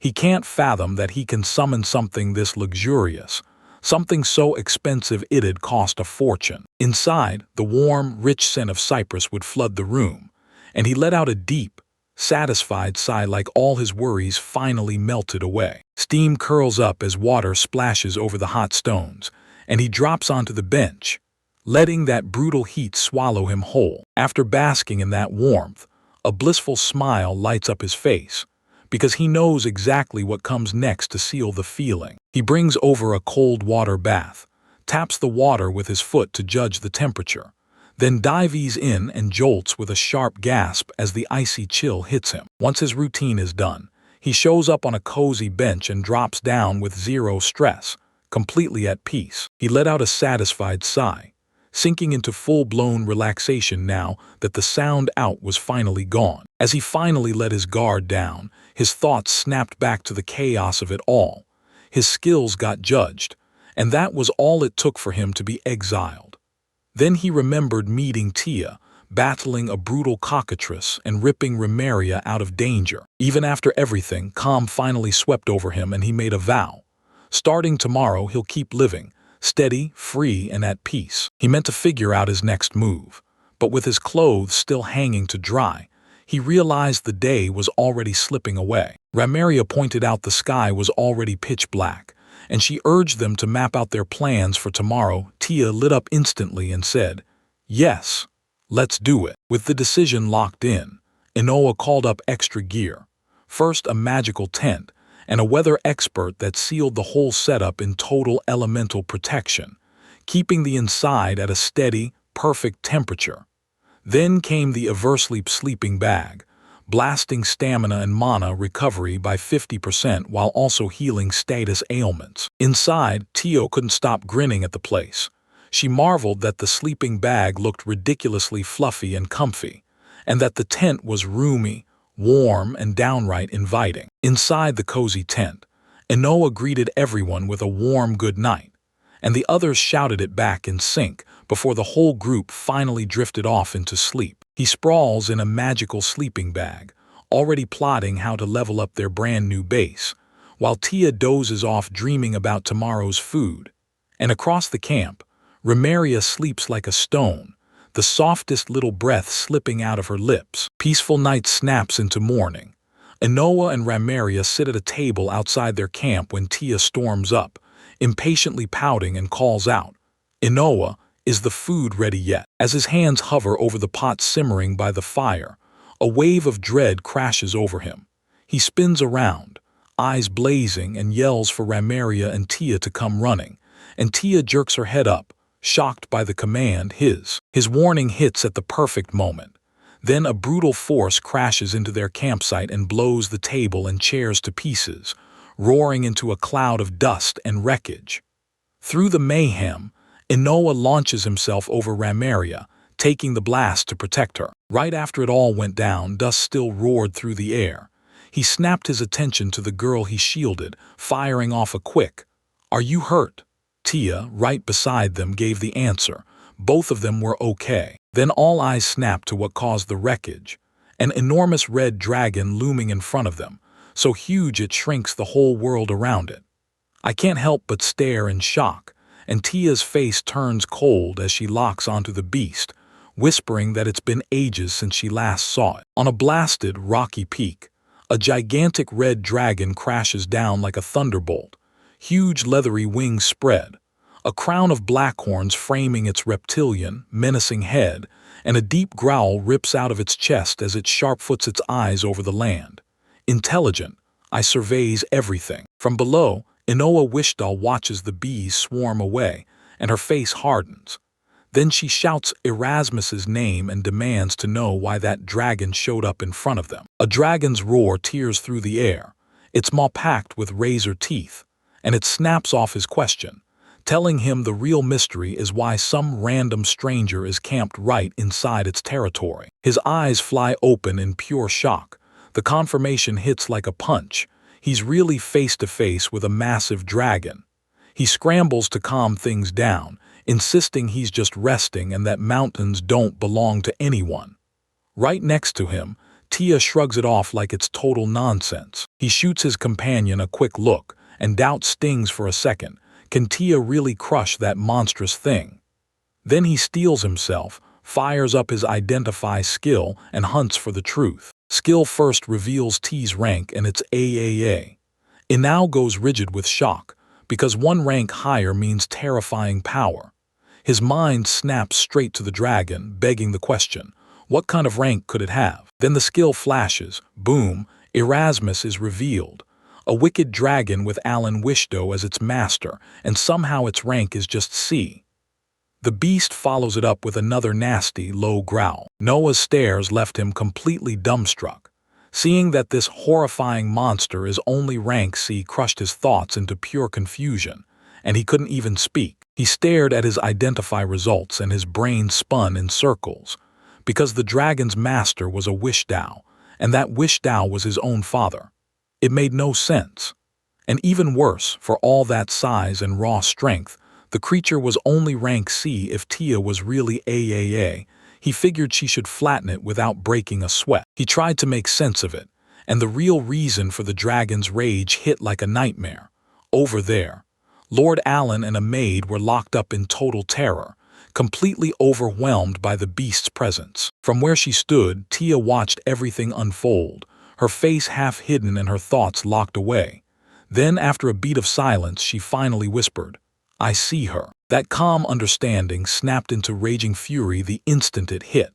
Her hair whipped through the air as crackles of power sparked around her, and suddenly she knew exactly what the dragon wanted. Those two terrified humans were the targets. Erasmus the dragon growled in a rough voice that their two-of-a-kind fate was sealed. And when Inoa overheard it, cold dread slammed into his spine as he instantly pictured the beast swallowing them whole. Ramarian clocked his horrified face, then coaxed him to breathe, her own terror shaking the words in her voice. He snapped her to his gaze, eyes blazing with fierce protectiveness, and when the tearful girl looked back, he swore, right then, that nothing that cruel would ever happen to her. Across the dead, barren land, Lord Allen tried to talk sense into a colossal beast, but the dragon's words scrambled his mind as he questioned the term it offered. And just as shocked, The dragon seemed just as lost at the word Alan threw back. The dragon stared down the tiny newcomer with pure disdain, wondering if this scrawny stray cat was really here to challenge him. While Tia crouched low, crackling blue energy rolling over her skin, eyes blazing as she made it crystal clear. She wasn't giving up those two captives that easily. It surged forward like a flash, white and blue lightning whipping straight toward the dragon. Her target stood defiantly at the cliff's edge, mouth wide as he blasted out a battle cry that dared her to come. She vanished forward in a blink, fist pulled back tight, ready to smash him with a blow that would rattle everything. Watching that insanely fast confrontation explode, Ramaria cried out his name with real worry, but Anoa stayed ice calm, telling everyone to chill, because she was certain Ramaria would be okay. His confidence paid off. When the dragon's tail slammed down and shattered the rock, Tia was already soaring through the air, flipping cleanly out of danger. The dragon gawked in disbelief, stunned he'd somehow missed from up there, while Anoa stared at her own legs like, "Whoa, that explosion and power is real." Then he snapped his gaze upward at the flying Tia and boomed, "No way, you're not dodging my strike in the air," before swearing he'd burn her to ashes. But the beast went wide-eyed when she shot through the air, blasting forward like the wind itself was her launch pad. Then Tia snapped with a furious roar, unveiled what she truly was, and screamed that she was a dragon too, unleashing a massive surge of energy from her mouth that swallowed the red dragon whole. She launches her attack with total confidence, sure he'll never outmatch her in the air, until her blast slams right into his huge, dropping claw. The clash detonates through the air in brutal shockwaves as she fights through the crushing grip of his claw. Then the ground explodes under her feet while Erasmus roars like a war god, promising he'll smash her to pieces. Even in the middle of that life-or-death fight, her mind snaps into a new problem. She erupts in frustration, screaming that she's starving so badly she can't pull out her full power, and the red dragon just freezes, stunned beyond belief. Her thoughts keep firing off, and the real reason behind her struggle finally clicks. She's cursing herself, saying if she'd just eaten breakfast she could have dropped him in one clean hit. Erasmus is left speechless by her logic, while Anoa watches from afar, sighing like, "Yeah, that's totally Tia." He couldn't stop wondering why Tia, higher rank and all, was getting crushed. Then Erasmus shrugged off her weird remarks and slammed, "Game over." Tia laughed at the idea, taunted him hard, and even threw out, "Are you blind? You can't win when you're hungry," leaving Anoa totally lost. Her mockery pushed him past the edge. Rage flared in the red dragon's veins, and power surged through his body, electricity crackling as his fury hit its absolute peak. He exposes the brutal truth about their strength. Until now, he's only been fighting with one single paw. Then he shoots her a cold, menacing glare, roars that she needs to die, and slams his massive second claw down across the battlefield. In the sidelines, Anoa and Ramaria scream her name in pure terror. That punch crashes down like a disaster, splitting the ground and pulverizing everything. The red dragon blinks, thinking he might have gone too hard, then erupts into a victory roar. But out of the dust and darkness, Tia's voice slices through, apologizing for making him believe, even for 1 second, that he'd actually won. She stood there unshaken, calmly weighing the dragon's furious sputters, while Erasmus's crackling form fizzled with leftover power. So he just stared in shock, barking that he couldn't understand how she was still on her feet. And the truth hit. Thanks to the fierce bond between her and Anoa, Tia grinned bright and wrapped the flustered young lord in a crushing hug, swearing her strength came straight from their connection, while Anoa writhed, mortified, begging her to finally let him go. Erasmus, the great red dragon, snorted at the idea that some invisible bond could have spared those kids from his attack, like the very thought disgusted him. Meanwhile, Anoa cornered Tia and demanded to know if she'd made a submission contract with a normal human, and Tia lit up, practically glowing, saying it was amazing to be raised by a human since food just showed up out of nowhere. Then she teased Anoa for even using the word raised, like he'd missed the whole joke. They never spelled out what their bond really meant, but it was a lethal kind of magic, a submission contract that stops the servant from ever striking their master, and lets the master yank the servant back from anywhere just by calling their name. With fresh understanding burning in his chest, Inoa snapped his gaze back to the looming beast, locking eyes with it, and demanded straight to Erasmus's face whether he'd also signed a contract with Lord Allen. The truth slammed into them through a nightmare vision of Lord Allen himself, laughing as the deal came to light. Swap Erasmus for control of the mountain's resources, and Allen would hand the dragon any kids deemed useless, including Inoa and Ramaria. Everything finally clicked for Inoa. Allen didn't just kill them, he tossed the pieces out so the dragon could swallow them whole. Erasmus sealed the horror with a flick of his tongue, savoring the thought of human kids like soft, tasty meat. The dragon kept roaring its nightmare monologue, drinking in every flash of their terror, savoring the moment they begged. It admitted that the beautiful screams as it ripped them open gave it a twisted, unmatched joy, and Inoa, Tia, and Ramaria's faces twisted with pure horror and disgust. With righteous fury blazing in her chest, Tia screamed Noah's name, right as the colossal dragon unfurled its wings, its voice oozing pure malice, vowing it would never forgive them for daring to defy their faith. With that colossal beast looming over them, Tia's eyes popped wide in sheer terror. She snapped her gaze to the boy beside her, and her voice shook as she blurted his name. He didn't flinch. Erasmus the dragon glared down at him, hissing with a low, contempt-heavy rumble, and it spat out a sneer at the kid who dared to stand there, pretending that defiance even mattered. Rage surged in that boy's stare, daring him to look like he wasn't scared, so furious it felt like the seat itself was simmering. O's face never cracked. His eyes stayed locked, cold with unshakable resolve. The dragon scoffed at the idea of a showdown, declaring its hunger was suddenly gone, then smirked that new offerings would come soon anyway, turning that massive bulk toward the little group as it prepared to end them. It swore to roar and turn them to ash, burning the whole area with a flood of fire. So when the flames charged ahead, Inoa dug in and slammed down a glowing protective sphere that stopped the blast cold. Tia screamed at the looming barrier in pure panic, demanding what to do should they run. And Inoa stayed stone calm, shaking his head and saying, "No, I've got an idea." He snapped out a call for Ramaria, demanding she come straight to him, and she didn't even think. She sprinted toward the others as the dragon sneered, saying their huddle would seal their fate.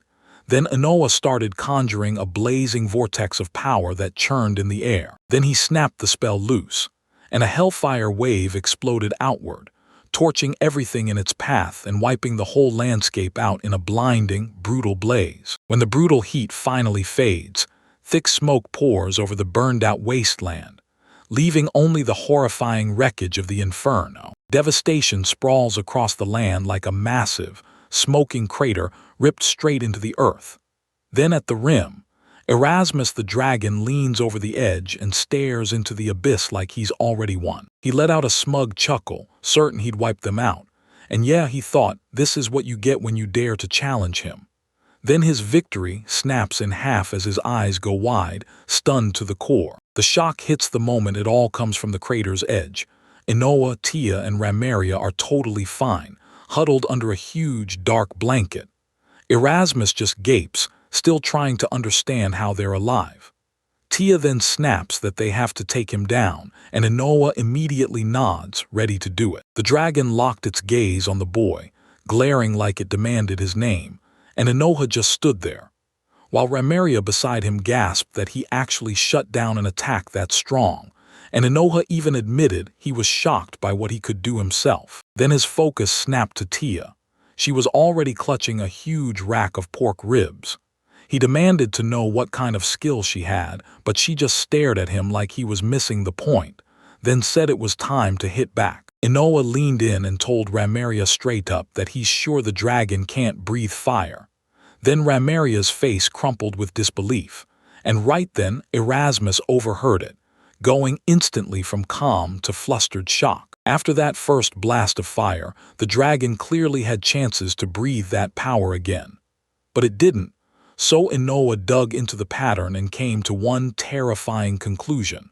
For some reason, it just can't fire that attack on repeat. He spilled his deduction, and Ramaria erupted in praise on the spot for how sharp it was, while Tia nodded along, realizing that Tia's massive flame blast must have burned straight through the dragon's power. She flashed a confident grin at the dragon, taunting him to his face, demanding to know if he really thought he could beat the sacred beast now that he'd recovered.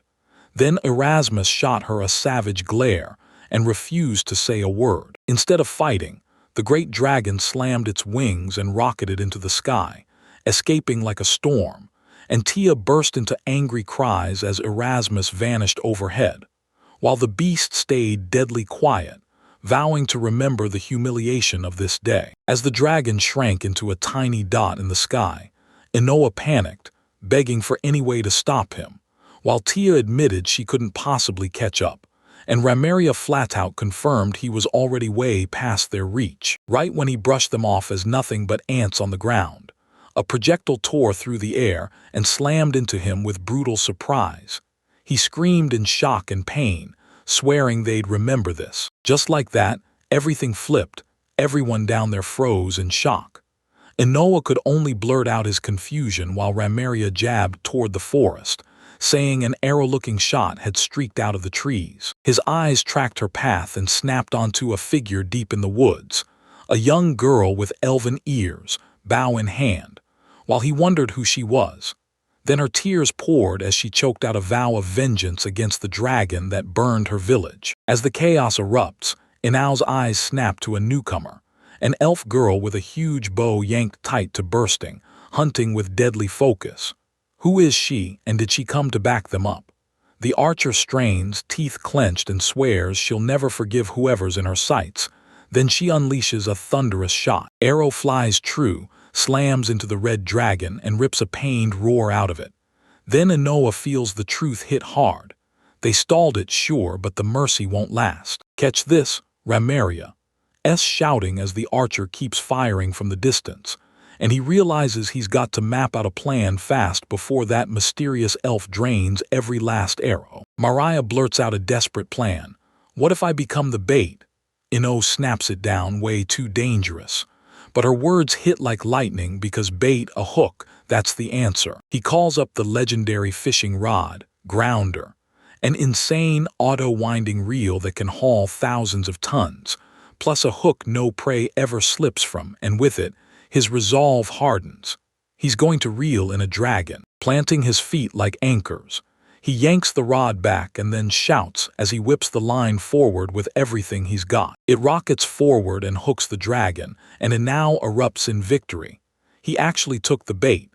The beast cranes down in shock at the sudden yank, while Inao's mind races, scrambling to figure out his next move. He strains the rod and it groans as it bends under brutal pressure.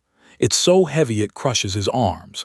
And the dragon, snagged in those hooks, thrashes but can't snap free, trapped in an unbreakable grip. He dug his heels in, straining against the crushing weight on the line, jaw clenched as he roared one name, Tia, and the white-haired tiger woman whipped around, eyes blown wide by both the impact and his sudden cry. His plan snaps into focus as he yells at her to grab the fishing line and use it like a path, because the line whips out tight across the sky, a glowing thread that stretches straight to the far-off silhouette of the dragon fighting for its life. With grit clenched in his teeth, he swears he won't let go. He'll hold the line steady until Tia finally hits her target, and when her eyes lock on the reason for his fight, understanding and steel determination snap into place on her face. As he keeps fighting through the strain, Ramario barrels in and grabs the rod alongside him. Then she throws in her strength too, refusing to let him handle it alone. Inspired by their grit, the elf archer rushes in too, bracing herself behind Ramaria and yanking with all her strength. Inoa gasps, grateful for the extra help, and shouts his thanks. The three of them lock arms and charge straight into the dragon's overwhelming power, digging their heels into the rocky ground to keep the line from breaking. With the path locked in place, Tia rockets along the glowing line, swearing that Inoa's and everyone's hard work won't be for nothing, while the dragon thrashes and roars, stunned and furious that mere humans dare to drag it. As I watch him shout her name one final time, Tia is swallowed up by crackling blue energy. Then she blasts forward, roaring the sacred technique name of her heavenly thunder claw as it rips through the air. Your lightning-laced claw crashes into the dragon and blasts its body with raw, unstoppable power. Then the sacred technique rips through it as the beast screams one last agonizing roar. The hit all comes together in one massive blast. An ice-searing surge of energy erupts from the point where they collide, and the ground bucks like it's about to split open. When the dust finally clears, that massive dragon crumples defeated. On its motionless body, Ramaria and the elf archer burst into celebration, shouting for their master. Down below, Tia flashes a big, happy victory sign, and Inoa can't help but grin at how exactly it turned out. He pauses, then it hits him like a lightning strike. A puzzle clicks into place in his head. He remembers Tia was wiped out and skipped breakfast, so she never should have had any status buffs. And still, she walked up to Erasmus like nothing was wrong. He can't even make sense of it. Then that barrel sound of memory hits him. He jolts into action, checks the status log in seconds, and his eyes go wide with pure disbelief. It just granted an alignment buff, pumping her core stats by a ridiculous 300 points. He realizes the buff seed scene before this only ever landed in the teens to 30s, and this is a whole other universe. His shock gets yanked to a stop when he spots the elf archer sobbing, and he whips around, stunned, asking if she's really crying. While Tia smirks and teases that maybe, just maybe, it's his fault. Tears choke her words as she blurts out how grateful she is. She swears that without their help, she never would have beaten the beast.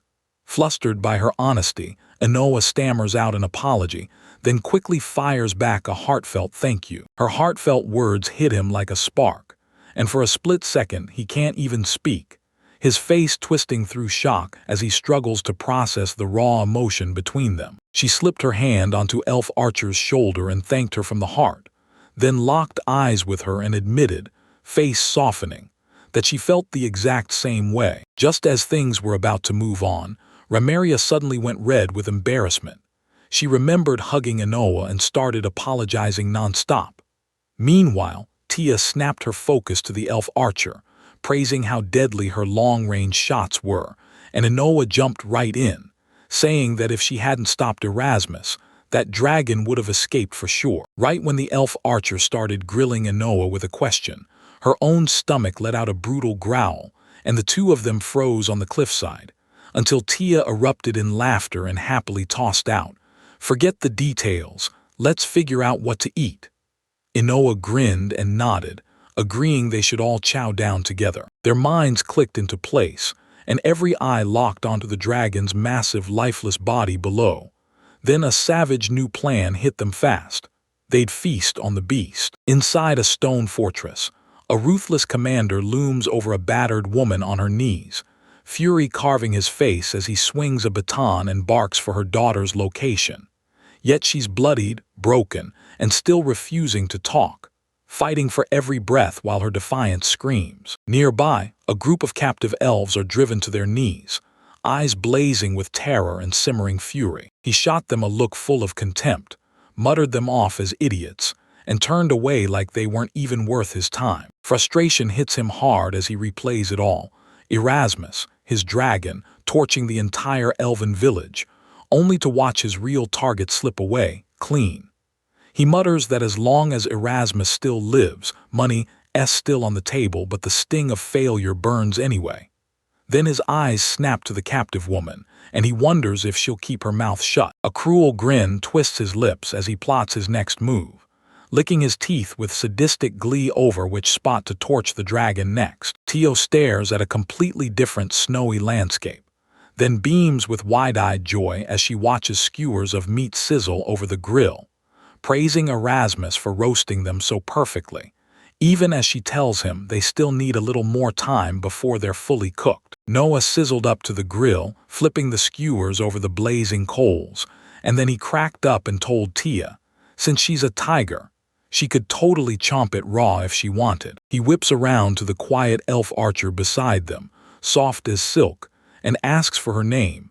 Yet she can only choke out a hesitant little sound. Finally, she leans in and whispers, her voice gentle as she cups her gloved hand to her chin, then introduces herself. Fairy.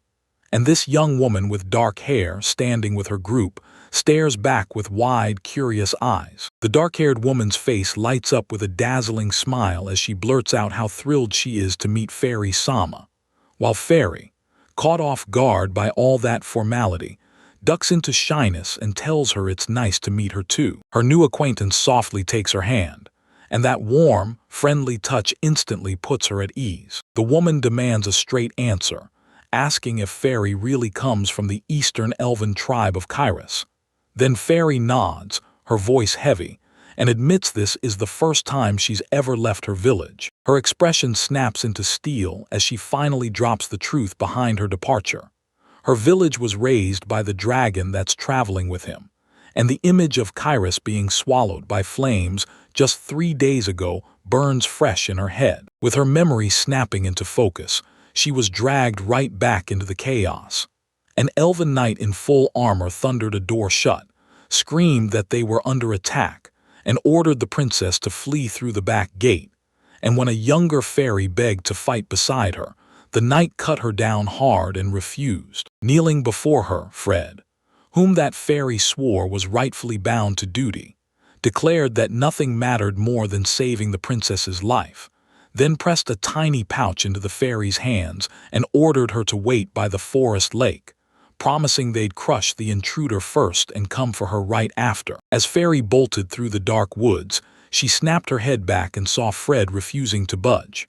Then, boom, a horrifying roar tore out from the direction of the fight, and Fairy slammed the brakes, eyes bulging with pure terror at whatever was happening out of sight. Her mind replayed the disaster on repeat. One massive blast, fire and smoke roaring out of her village's core, swallowing everything in its way. As the dragons tore away from the inferno, she froze, torn between running and staying still. She knew she had help coming, but she also knew that if she lunged too soon, she'd only slow Fred down, and she refused to do that.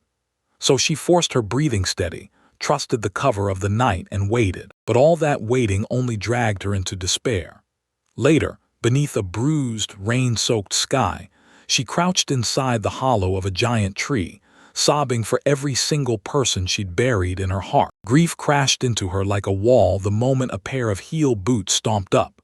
She shot her head up from the smoldering campfire ashes, declared herself the Princess of Kairos, and with tears pouring down her face, she vowed revenge on the enemies of her people. Once her tale wrapped up, the friendly dark-haired girl leaned in and told Inoa how she'd stumbled upon the elven princess. She'd been hunting the dragon, and then she saw Fairy out there fighting it alone. He leaned in, jaw tight, as the truth hit him like a punch. If Tia couldn't stand up to that dragon, then Erasmus's elves didn't stand a chance. Then the girl spun toward Fairy with a bright, reassuring smile, shattering his conclusion on the spot, and said his name, insisting that her companions were still alive. The elf princess could only choke out a stunned gasp of disbelief, while right beside her, Tia stared at the claim and murmured that, somehow, it might actually be true. Tia plays with the idea that if Erasmus the dragon is doing Alan's bidding, then he didn't just attack. He snatched elves to sell them, because those elves are famous for their beauty, and beauty means big money. The theory gets darker as the dark-haired girl snaps back to her own captivity. She swears that on the way to the mountain, she caught a glimpse of gorgeous, pointy-eared folk mixed in with the prisoners. This fresh testimony hits like a spark. Tia snaps with fierce certainty that they'll save the elves and make sure Alan gets what's coming. And before the words even fade, Inoa throws in his full support for the rescue. Then hopeful, the dark-haired girl gasps like it's a lifeline and insists it means they're all still alive. Hit with their instant, unwavering support, Fairy gets overwhelmed to the point of tears, pouring out heartfelt gratitude to everyone who stepped up to help. Seeing the storm in her eyes, Inao snaps into action. He calls for regrouping right now, tells everyone to recharge, and slams down a huge platter of hot, freshly cooked dark dragon maiden skewers. Mia snatches a skewer in one excited breath. One bite later, her eyes flare with pure joy as she blurts out, "That's insanely delicious." A reaction prompts everyone to dig in, and right then Fairy and the dark-haired girl lock eyes, pure shock, both blurting out that the food is ridiculously, insanely tasty. Inoa munches too and lets out a stunned, "I've never tasted anything like this."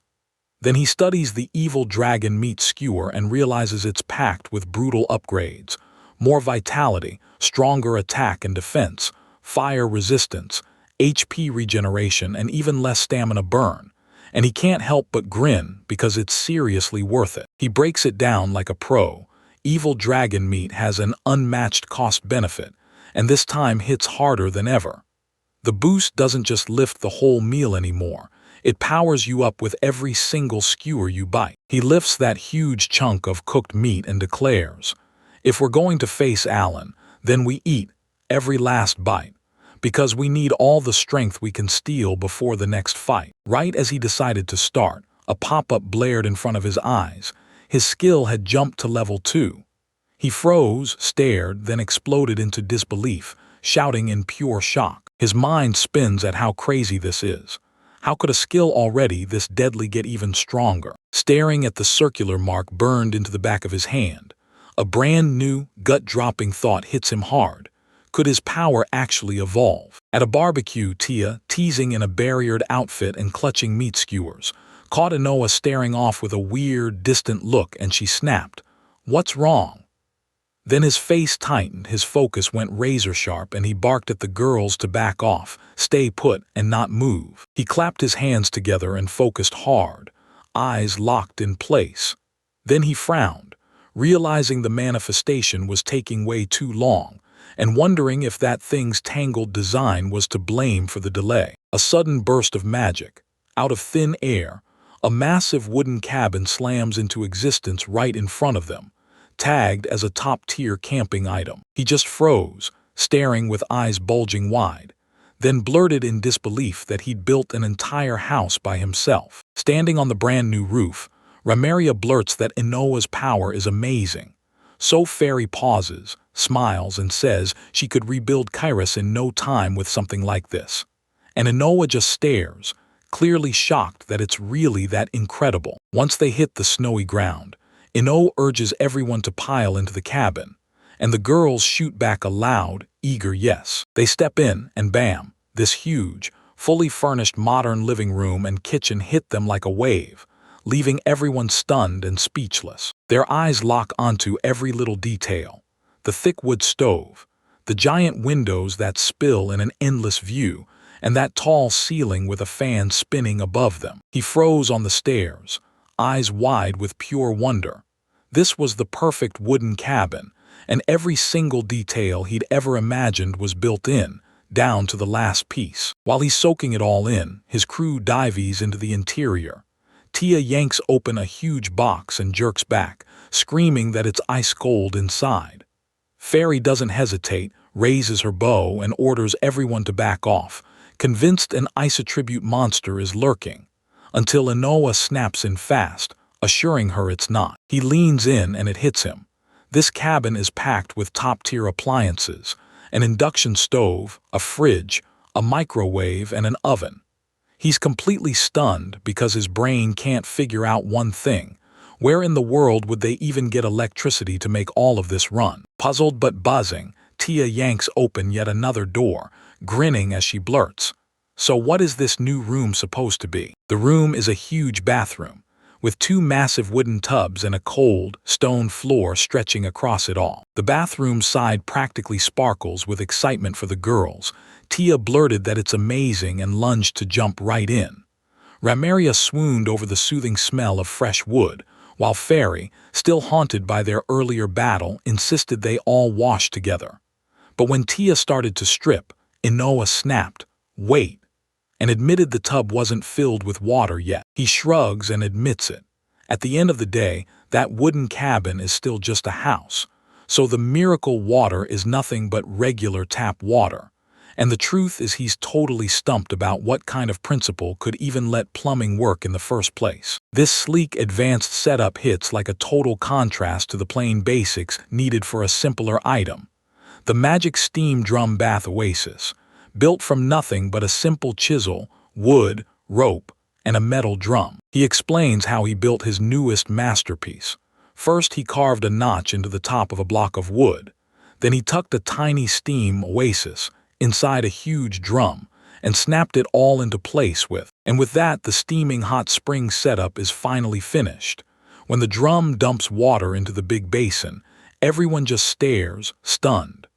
Inoa can't help thinking it smells like industrial wastewater and looks kind of awful, but yeah, it's still wildly impressive. He decides to carve another chunk of wood with a chisel, then plans to stack the tiger head carving right on top of the drum. But when Tia finally sees it, horror hits her hard. The finished piece looks like her tiger form spitting water like a goofy caricature, and she protests that it looks like it's vomiting transparent water. Not everyone reacts the same. Fairy thinks the tiger face is adorable, but Ramaria shoots it down, and Inoa can't help but start worrying that this whole design might have been a flop. Tia, though, who started off loud, ends up looking genuinely happy. Tia shoves the design debate aside, beams that everything's fine, and cheers that it's time to get in. Then she starts undressing, and Inao nearly chokes on his own surprise. Moments later, Tia, Ramaria, and Fairy kick back together in a brand new steaming hot spring, while that tiger headspout looms right at the edge of the bath. Fresh and recharged, the girls show up to meet Inoa, and Ramaria blurts out an apology for grabbing him before he could go, only for him to wave it off like it's no big deal. Fairy can't stop grinning, swearing that the bath felt incredible, and even soothed her damaged hair back into soft, silky smoothness. Later, while they were chilling inside, Inao casually asked the girls if anyone got hurt, then joked that he could tell they'd been making a ton of noise in the bath. Off-screen, they burst into laughter and told him nothing happened. Inside, Fairy spilled the whole bath story, how Tia had suddenly shifted into a tiger, nudged herself under that wooden spout, and blasted them with scorching water. Ramaria chimed in that since it was their first time seeing a transformation like that, both girls were totally shook. And from the steaming tub, still in tiger form, Tia just mused that the two girls looked straight up delicious. Tia, back in her humanoid form, popped in with a bright grin and told Ino he should have come too, saying it was way too fun watching Fairy and Ramaria wear so many wild expressions, while Ino, hiding behind a wall, flat out refused for. Then her thoughts snapped to the other structure she'd spotted. So once she was dressed, she grilled Inoa about that hot room and the cold water tub from earlier, and the question totally threw him off. He told them it was just one of his hobbies, but then it hit him. No way any of them would recognize that sound. His hesitation hung in the air, and then nothing. Fairy, Ramaria, and Tia just stared him down, faces flat, like they couldn't even process what he'd said. Their confusion finally snapped when one of them blurted, "Is this some kind of self-torture?" And Ino bolted away like he'd just been caught. The misunderstanding kept spiraling, and Tia decided Ino actually liked pain, which felt totally wrong to her. Then Fairy turned bright red and blurted that if that's what Ino wanted, she could have helped him. But Ino snapped back, furious that they were totally, completely wrong. His protests crashed and burned, defeated. All he could do was slump and drag out one long, exhausted sigh. He sank into the steaming bath, only to realize the girls had quietly filed him away as some total weirdo. So he vowed that next time, he'd make all three of them get just how amazing that sound really is. He burst out of the renewed hush and found Tia awake on the couch, stretching like she owned the night, and he couldn't help but smile at how great it felt, until he realized everyone else was gone. He then demanded where Fairy and Ramario had disappeared to. He told her the other two had just crashed from pure exhaustion, so he'd scooped them up and tucked them into bed.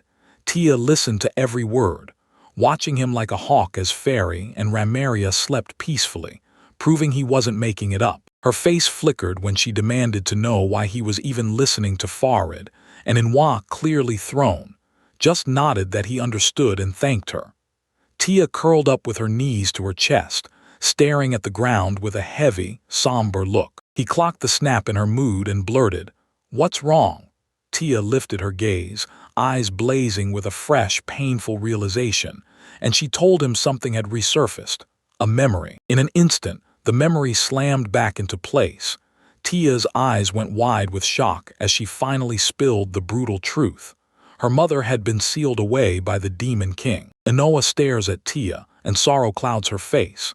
He leans in and asks softly if the Demon King sealed her mother away, and it hits so deep it feels like her buried pain just cracked open. The Demon King jolts Noah's memory. She suddenly remembers Camilla saying this monster king only gets reborn once every 100 years. A terrifying, ancient power that's been waiting for centuries. As the memory snaps into place, Tia's eyes sharpen. She's sure of it now. She tells Inoa that in the Demon King's mind her mother wasn't a person at all, just an annoying obstacle, all because she kept shielding the humans. Inoa reels from that, then blurts out the one question burning in her chest. So why did they seal her away in the first place? And he keeps pushing, demanding to know where the seal is, and why she isn't rushing to free her. Tia stays quiet for a beat, then admits she does know exactly where it is, and yes, she's even thought about rescuing her. His eyes blow wide with shock. She knows the location, yet she's done nothing, and that thought feels totally unreal to him. Can't question her any further. Tia finally blurts out why she froze, and she points to the place where a mother gets sealed. The Abyss Dungeon, guarded by giant, brutally chained doors that leak dark power. He repeats the name, frozen in shock. Then Tia drops her gaze, her voice heavy with surrender, and tells him the truth. That dungeon is the hardest of them all, and nobody, not a single soul, has ever beaten it. He processed the headline, and the moment it clicked, his eyes went huge, like, wait, this world really has dungeons. He snapped his gaze to Tia, surprise draining from his face, then started blurting out apologies, trying to explain that the whole idea of. He was buzzing with excitement. Ever since his reincarnation, all he'd ever known was the mansion and that nearby mountain, and he'd been starving for something that felt truly unreal. And this was it. His serious tone snapped through all the hype, and she warned him that the monsters in the Abyss Dungeon were brutal. Yet the real nightmare was the environment, packed with deadly, high-powered traps. She kept going, painting the kind of brutal world where adventurers get hammered non-stop. Gravity so heavy you can't even move, land so solid the air turns deadly, oceans that poison everything they touch, and thunderstorms that never, ever stop. Noah could barely wrap his mind around the danger, like the very world was breaking apart. And when Tia confirmed his worst fears, she said these brutal, extreme trials don't let up on anyone who steps inside. Was left speechless as Tia laid out the brutal truth. Sure, you might beat the monsters and dodge the traps, but this hostile land would crush you all the same. People say that once anyone steps into these parishes, they don't come back. With a heavy, somber look, she finished by saying that to rescue her mother, you'd need a power made for surviving a place this extreme. That one weird requirement snagged his attention, and he crossed his arms, mouthing the words under his breath with a sharp, doubtful stare, like it held the key to surviving the harshest environment imaginable. He fixes his gaze on that glowing mark on his hand, and it hits him hard. Wait, could his skill be the exact power they've been searching for? The worlds around him blur as he faces Tia, eyes blazing with pure conviction.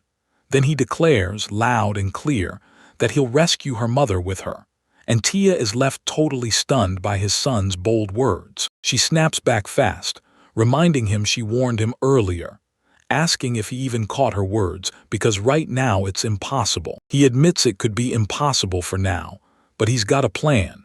If they keep leveling up, then pair her power with his camping know-how, they might actually pull it off. Tia listens and her doubts start to crumble. He keeps going, swearing that if he levels up his skill, he'll start summoning items that are way stronger. And Tia's face lights up right away, matching his belief. His excitement keeps climbing as he imagines what he could craft. using his upgraded skill to forge camp, supplies tough enough to take on the Abyss Dungeon's brutal conditions head-on. As everything clicks into place, Tia's resolve locks in tight. Then a flash of that monstrous moss claws its way into her mind, and she doesn't flinch. It fuels her. She knows that if she follows Inoa, she'll have the one chance to save her mother. She snaps up to her feet, her voice blazing with fresh hope. Then she slams out their new mission. They'll eat, grow stronger, and then they'll rescue her mother, and Inoa backs it up with their shared. With her pack sealed, she threw Inoa a heartfelt thank you, and when he glanced back, surprise flickered across his face.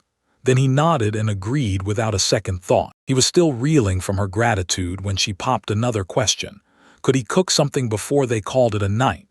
He barely opened his mouth when she yanked him into a crushing hug, and he froze in pure shock. Inao got overwhelmed by exhaustion in an instant and dropped into sleep right in her arms, while Tia looked down at him with a soft smile, whispering a warm good night as she watched him drift off. Beneath the moon's silver glow, the whole night drifted by in eerie, breath-held silence. As the morning sun spilled into the room, Noah's eyes fluttered open. He blinked awake in a bed, stunned that he'd passed out without even realizing it, and then he started wondering, did Tia haul him here? Because he could still feel the faint warmth of her hand lingering. He tilted his head a little and suddenly found it, Tia, fast asleep right beside him, breathing easy. His surprise flipped into pure shock the moment he realized Tia wasn't alone. Ramario sat on his other side, and Fairy was curled up at the foot of the bed, and that brutal realization snapped Inoa into a loud, panicked scream. He stands by the bed, flustered and on edge, swearing he can't drop his guard for even a second or he'll fall back asleep. While behind him, Tia yawns and stretches after waking, and Ramaria, dressed and already in an apron, beams and shouts his name. She slides him a tray packed with finely chopped ingredients and tells him to take a good look. He lights up, praising how incredible everything looks, and she smiles, clearly honored by the compliment. Ramaria tells him to stop worrying and let her handle the rest while he kicks back and relaxes. He nods and grips a huge cooking pot, with pure determination flashing across his face. He kicks off the explanation by simmering a broth from the evil dragon's bones, while he sautés finely chopped veggies with a big hit of butter. He sears the dragon meat until it turns a little golden and smells dangerously good, then yanks it off the heat. Next, he drops the seared meat and sautéed veggies straight into the broth and lets it simmer until the meat turns tender. With the dish almost done, he dusts it with salt, pepper, and mountain-grown herbs, then brings the mix to a gentle boil, before pouring in the milk and cream to finish it off. Erasmus' chowder is ready. This thick, hearty stew supercharges your vitality, boosts your defenses, and even hardens you against fire, while it quietly kicks your health into temporary auto-regeneration. And on the side, he's laid out a fresh baguette, plus fruit he picked from the mount with. With the meal finally done, he, Tia, Ramaria, and Fairy all drop into their seats and clasp hands tight as they pray together. Then they dig in. They tore into every last spoonful of that nourishing chowder, and that rich warmth pumped strength back into their bones. The meal absolutely crushed. It was a total win, and Tia, already reaching for her bowl, practically begged for more. Fairy watched it light her up from the inside, while Ramaria called it the perfect breakfast. And as for Noah, he just sat there content, savoring every mouthful of that deliciousness with their appetites finally satisfied, Inao snapped their focus to the real problem, rescuing the elves from Alan. Before he could even explain, Tia shot her hand up like a rocket and blurted out. She had a plan. Her plan was clean and ruthless. Slip into Alan's mansion, grab him, hit him with the punishment he deserves, and free the elves. Inoic let out a grin at how bold she was, but he knew that charging in head-on was pure suicide. Still, saving the elves had to come first. He leaned in and called out the cracks in her plan, saying slavery had no right to exist in Alice's kingdom. Because sure, someone like Ramaria could have been hidden, but dragging a whole band of elves along, especially right before the 8 Nations inspection, would scream something off. Then he snapped his gaze to Ramaria and asked, Were you outside the kingdom before you got to that mountain? Since it looked like she'd been pulled from under the mansion. Ramaria hesitated, then admitted she thought that was exactly what happened. When he saw how wrecked she was, he immediately knew he'd messed up and blurted out an apology for dragging that brutal memory back to her. Ramaria was still trembling, and all she could finally do was offer a soft, shaken apology in return. He threw their plan back on the table, thought it through for a beat, and then locked in their move, first stop. The kingdom of Valas, where they'd dig up more answers. The decision hit like a wave of emotions. Tia was ecstatic about finally seeing the city, while Ramaria admitted fear was nipping at her heels but promised she'd follow Inoa anywhere.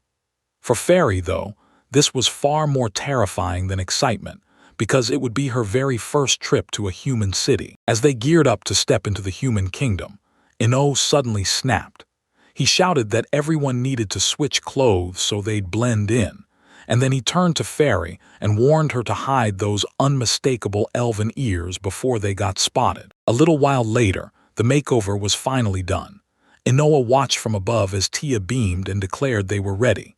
Fairy had slipped into a baggy gray hoodie and sweatpants, with her elven ears hidden tight. Ramaria now wore a light green dress over a crisp white blouse, and Tia stood in a white top and black shorts too, but her tiger ears and tail were still very much on display. After leveling up his skill, Inao whips out brand new outfits for his crew, grinning as he shouts that everyone looks insanely adorable. Tia, Fairy, and Ramaria stand side by side in sleek, modern casual clothes, nothing like their usual look. Inao explains it straight. Now that his skill's higher, he can generate normal clothes. She stretches out in her snazzy new crop top and dark pants, smiling as she tells Ino they feel comfy and super easy to move in. Then she admits she'd rather go even lighter, because she really hates wearing clothes at all. And Ino just flashes a thumbs up, asking how they feel. He turns to Ramaria, demanding her opinion too, yet she's totally swept up in her brand new dress, blinking with wide, starry eyes as she whispers, "They're amazing," and then blurts out, "Am I really allowed to wear this?" Her voice shakes with emotion as she admits that, for her, even the tiniest scrap of cloth would have been enough. And now, getting something this fine feels like an honor so huge it knocks the air right out of her. Meanwhile, Fairy threw her arms wide and posed in her brand new hooded sweatshirt and pants for Inoa, grinning as she said she was thrilled he loved the outfit because it looked incredible on her.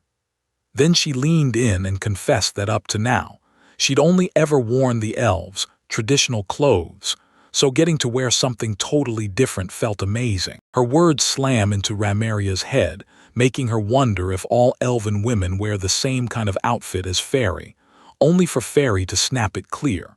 Her traditional dress isn't just clothing, it's a one-of-a-kind relic passed from princess to princess, which means only she's allowed to wear it. Ramaria takes it all in, mind racing. That peaceful calm snaps the second Tia suddenly calls out to Ino, her voice sharp with urgency. Then she blurts and points at her chest, looking totally flustered. She scoots in so close she's pressed right up against his arm, and as a massive blush floods Ino's face, she straight up asks how her new clothes look from that angle. Tia snapped that his clothes were totally fine, then raced into the bathroom and told him to hold tight, like he'd finally get the chance to answer. Right before they came back, he swapped into his own outfit. Then when the girls returned, they saw him standing tall in a plain white tee and dark cargo shorts. Tia said the new clothes looked great, thinking the fresh change might help him slip past the Wishtar family and stay unrecognized. But Fairy scoffed that it looked a little childish, until Ramaria snapped back that it was perfect for a child and told her not to judge something just because it looked simple. He bragged that his shirt and shorts were nothing like the ordinary stuff, woven from some crazy special material he called Ritex, and once everything was ready, he declared, "All right, we're leaving." As they geared up, Ramaria couldn't stop praising how painfully meticulous Inoa was, and Tia nodded like, "Yeah, he can be a little too much." Then Inoa took over and laid out every detail of the material like it was a miracle, super light, insanely tough, stretchy as a dream, and brilliant at keeping your body temperature steady. It shrugged off wind, water, and heat, stayed breathable the whole time, and he ended it with one goal, making them all feel how amazing it is. They pushed forward into the thick woods, diving straight into the wild ahead of them. Walked, Ramaria stared in disbelief that her feet felt totally fine. She blamed her new shoes on the spot, and Fairy nodded hard, saying his were as soft as cotton and stupidly comfortable. Grinning, he said the footwear really did come with a fatigue reduction effect, then spun around and asked everyone how they were holding up. His question didn't get answered with words at all. Tia leaned in and pressed her chest to his face with a sudden, soft impact. Tio keeps pace beside him, and you can still see the stress clinging to his face from their last run-in, while she stomps along with puffed cheeks and a silent, grumpy huff. As they keep pushing deeper into the woods, he can't miss her sour mood, so he demands to know what's wrong. She just turns her face aside and snaps out that it's nothing. Her dismissive answer only throws him deeper into confusion, while Tia just flicks her eyes away, ears twitching like, "It's nothing, really." Out of nowhere, she rockets onto his back and orders him to carry her, saying she's exhausted. He stumbles and yelps in shock, then freezes because she feels way too light. So he starts wondering if the food he cooked somehow supercharged his body. That thought ignites a blazing ambition in his chest. One day, he'll grow so powerful he can carry everyone along, even while he's still moving. As Ramaria trudges along behind him, she leans in and teases, "If Tia turns into a tiger, we could all ride her and blaze through this faster." The idea hits Tia, and it looks like something even fairer is about to be. Bari buys in instantly, her eyes glittering. Then she blurts out a worry. What if it's too much weight for Tia? Ramaria, though, is completely hooked on the idea, smiling as she admits she'd absolutely love to ride a tiger. Hearing that, Inoa snaps into action and confronts Tia, calling out how weird she's been acting, especially since she begged to walk like everyone else. And now she won't even move.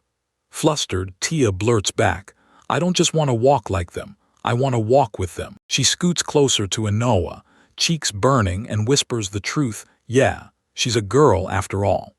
Inoa can't do anything but stare, shock ripping through his face as he realizes how raw and vulnerable she just became. Her sudden shift throws her off balance, and Ramaria blurts out a warning in panic.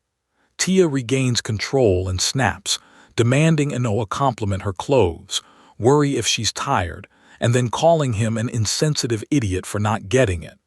Inoa just stands there, completely and utterly stunned. He stammers, and heat rushes up his neck as he tries to explain that making comments about her clothes can be sexual harassment.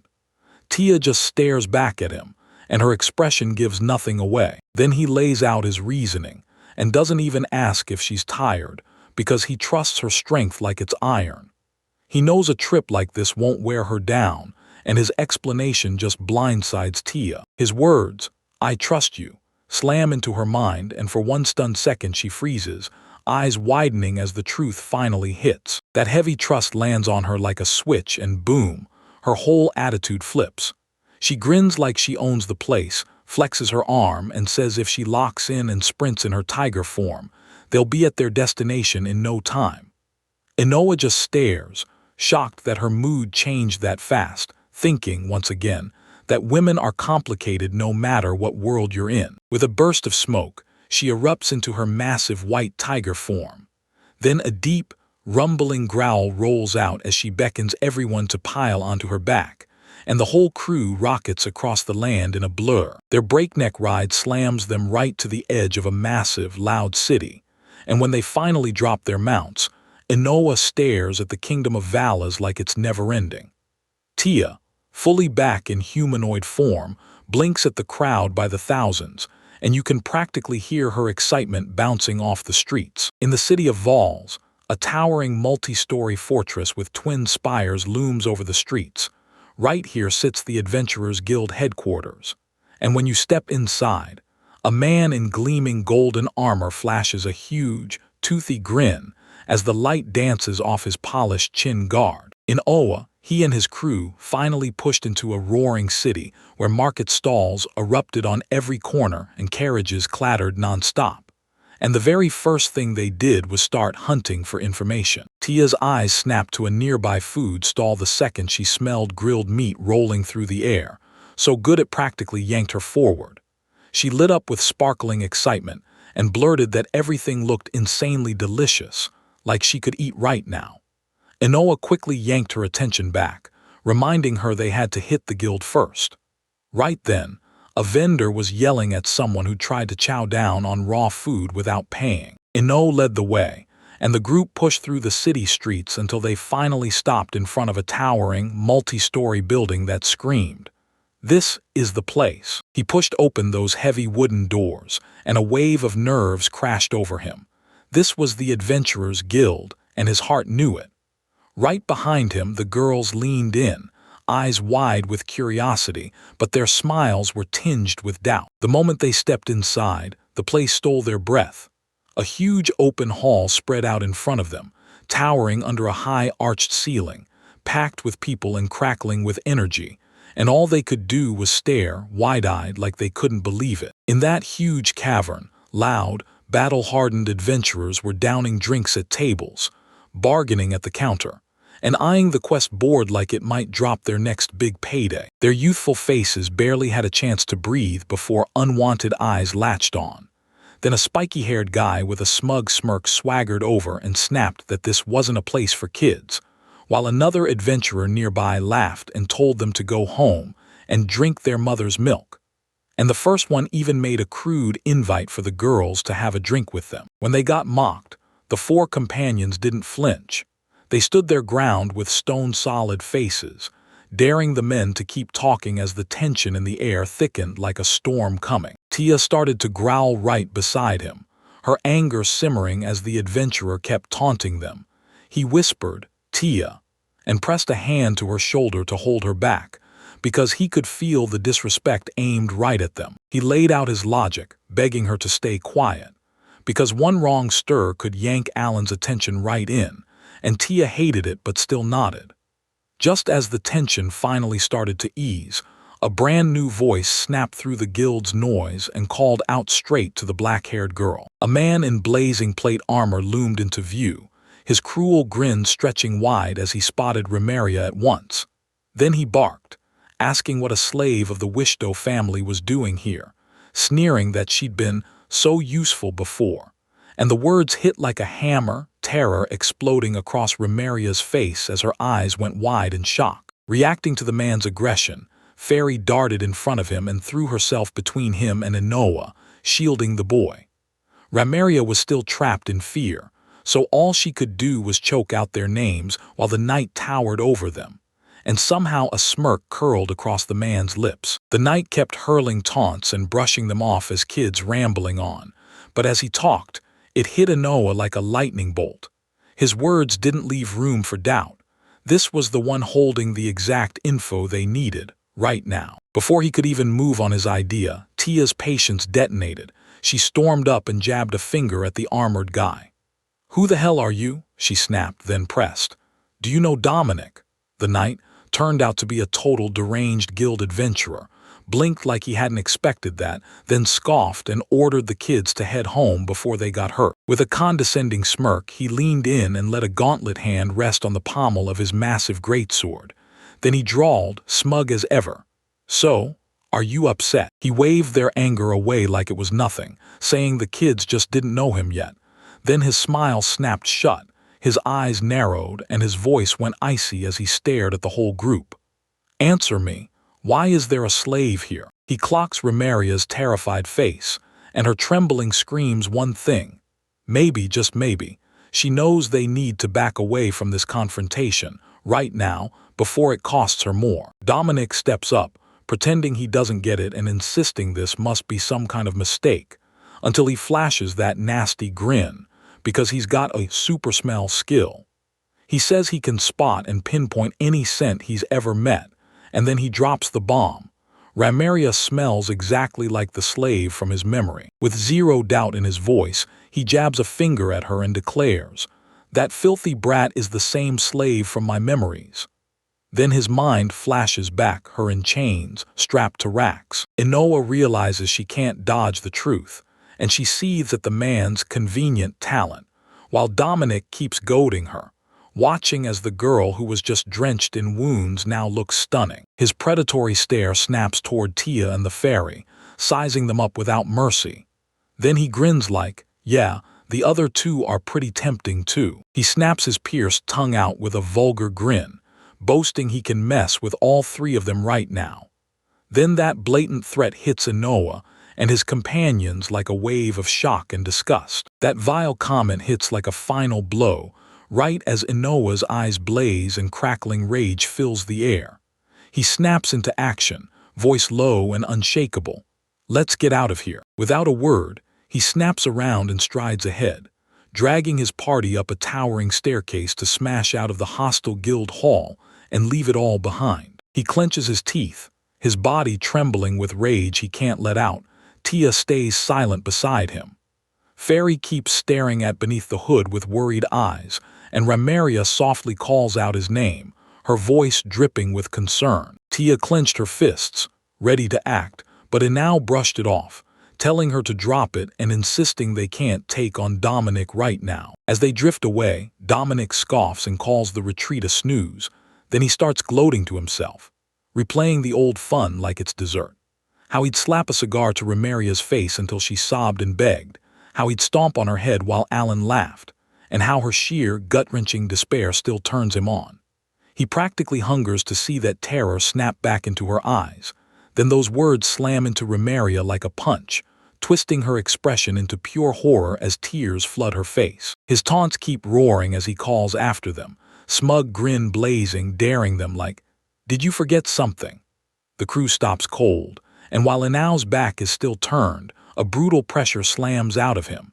His eyes flare with shock and pure, uncontrollable fury, and the ghostly stripes of a beast start to surface across his skin. With a violent pivot, he whips around and rockets back toward Dominic, smashing the stone floor as he tears off. His fist clenched like a loaded weapon, he's seconds from swinging, because the fury he swore he'd hold back finally won.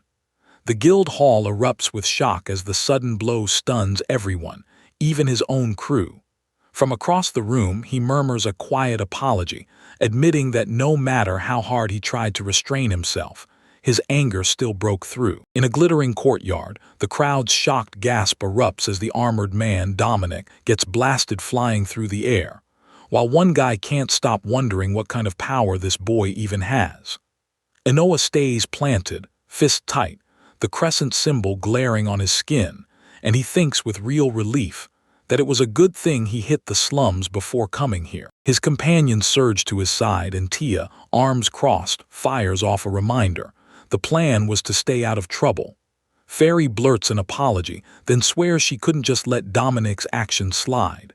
Nearby, Ramaria stares at Inoa, worry etched deep into her face. Maria tries to calm them down, swearing she's totally fine, but her legs shake like crazy.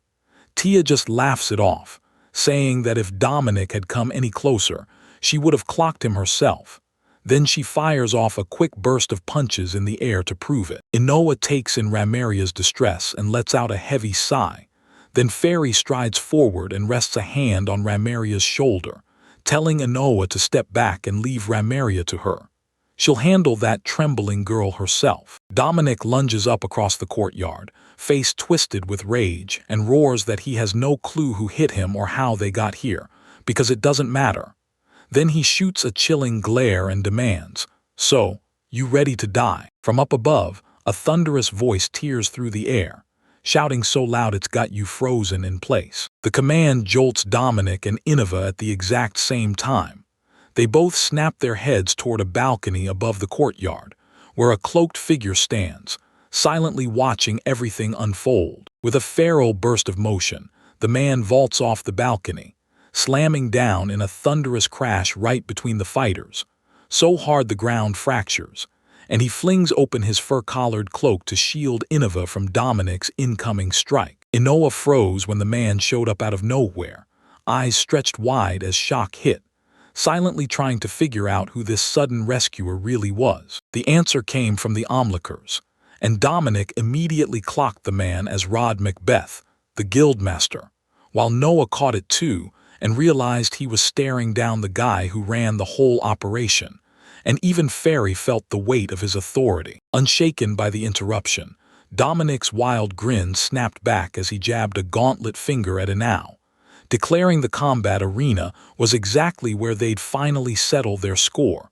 pure, blazing excitement lighting up every word. Guildmaster Rod Macbeth nodded along to Dominic's idea without a hint of panic, arms locked behind his chest, then ordered them to move their duel to the arena tucked behind the reception area. Rage twisted Dominic's face as he snarled at Inoa, snapping that he better not run.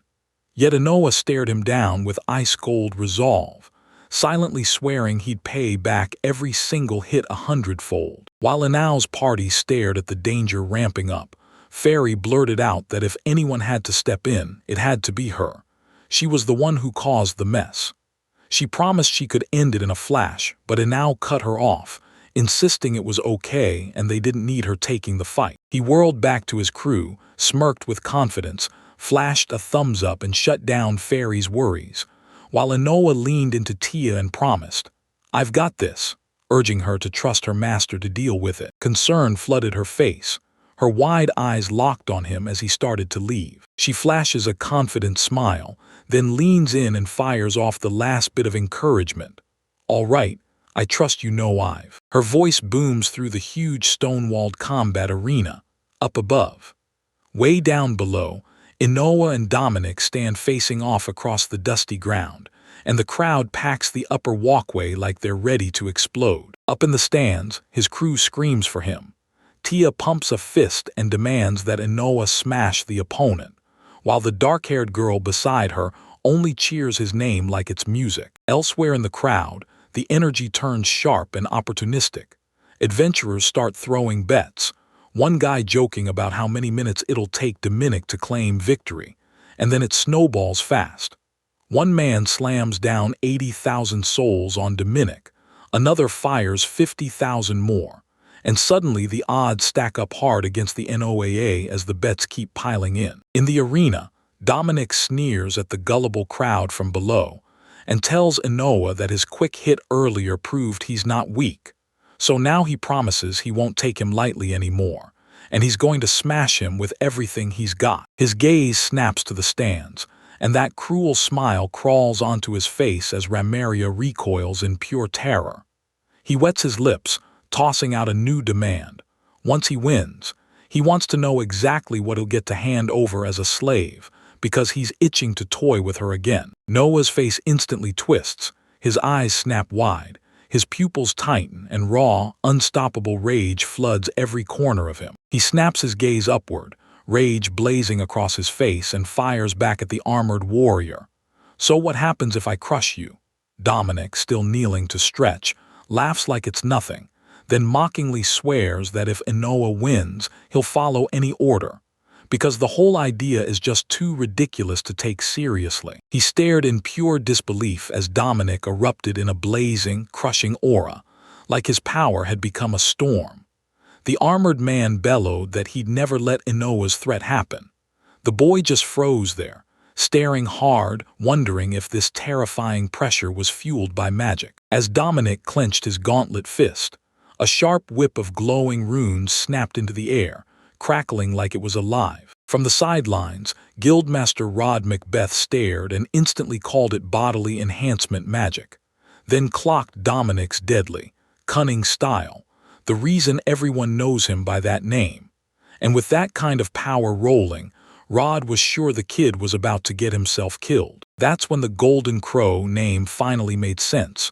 Right behind Dominic, a massive, ghostly golden crow burst into existence, and the armored warrior jabbed a finger at Inoa, daring him, because the second he tried to challenge him, a jolt of energy slashed through the air nearby. He locked eyes with his opponent as the guy calmly declared his first move.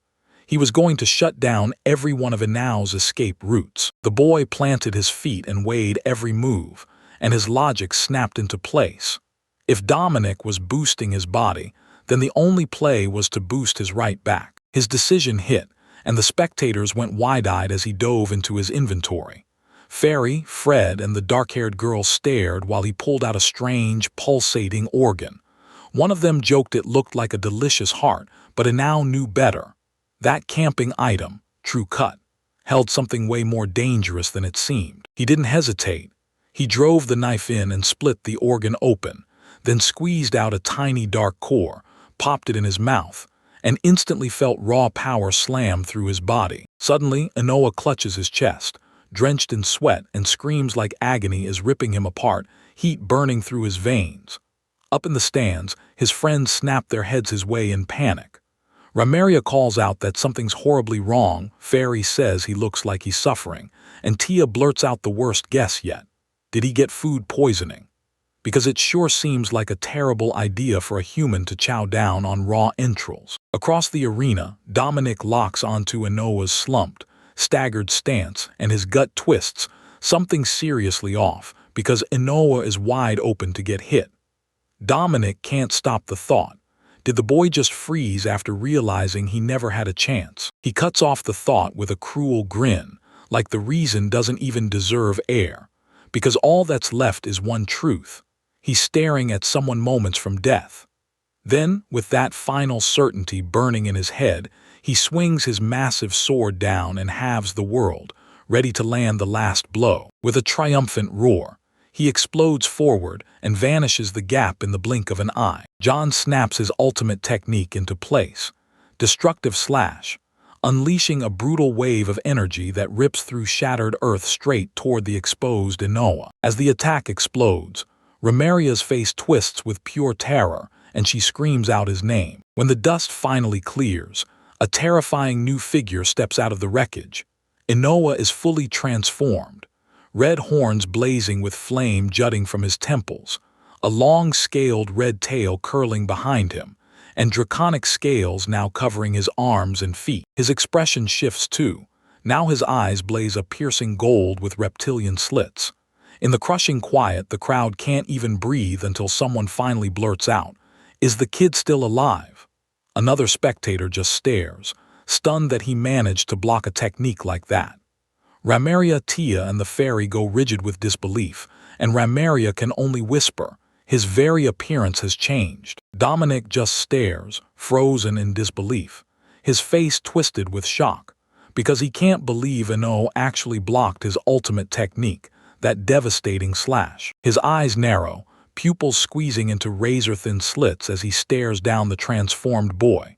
Because Inoa feels completely different now, and the shift makes absolutely no sense. Inoa snaps his head around at the warrior's hesitation and bolts across the barren land, his thoughts locked on one thing, getting out alive. Far behind, his companions stare from a distance. Ramaria can't believe it, so she demands if that really is Inao, and Tia nods, admitting it is. But she swears something feels off, while the silent sentiment fairy flashes an image of the great dragon Erasmus and can't shake the same uneasy feeling. Now safe, Inao stared at what his desperate move unleashed. An interface popped up with the truth. The dragon heart he swallowed didn't just pack insane power, it carried a poison that could kill. But the upside hit even harder. His stats shot through the roof with vitality, mana, attack power, defense, and agility all blasted upward. And then the real shock landed. He'd stolen a beast's borrowed skill, giving him the full attack power of the evil dragon Erasmus. As he tears Erasmus' body apart, he suddenly remembers where he snagged that item. Back then, he didn't realize it was the very core of the evil dragon. He'd meant to save it for his showdown with Alan, but this crisis yanked the plan out of his hands. A spark of pure excitement lights up his face as he finally confesses the real reason. He just can't help himself. He's way too curious about what the core can do, and he had to try it. His fist tightens, burning with thrill because he's done it. He's claimed the power of an evil dragon for himself. Back on the battlefield, Dominic finally lets out a breath he didn't know he was holding sure. The boy's sudden shift freaked him out, but he's convinced the danger's gone.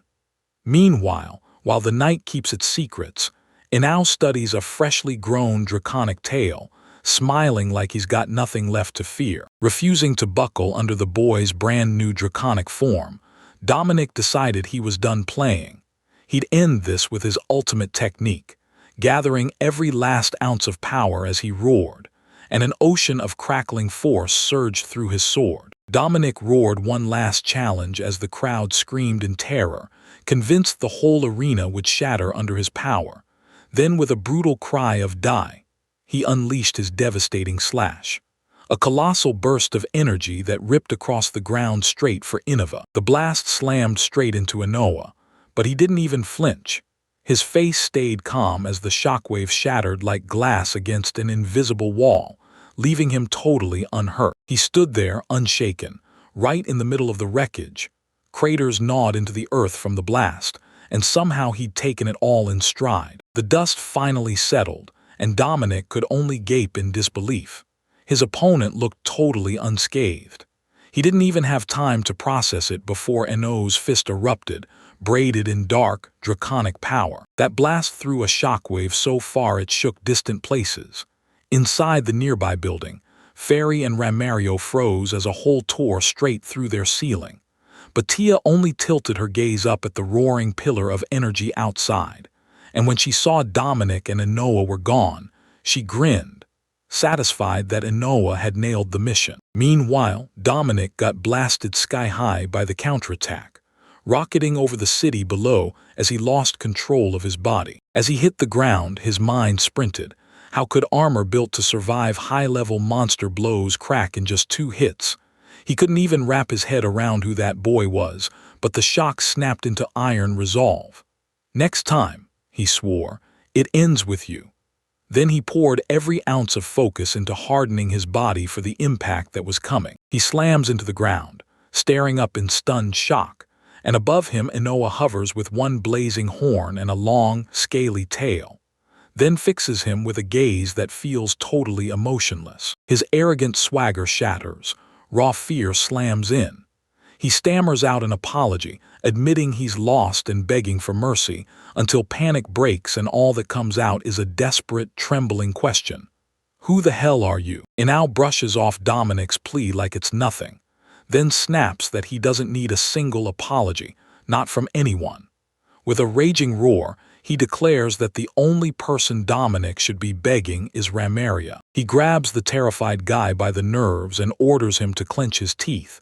Then bam!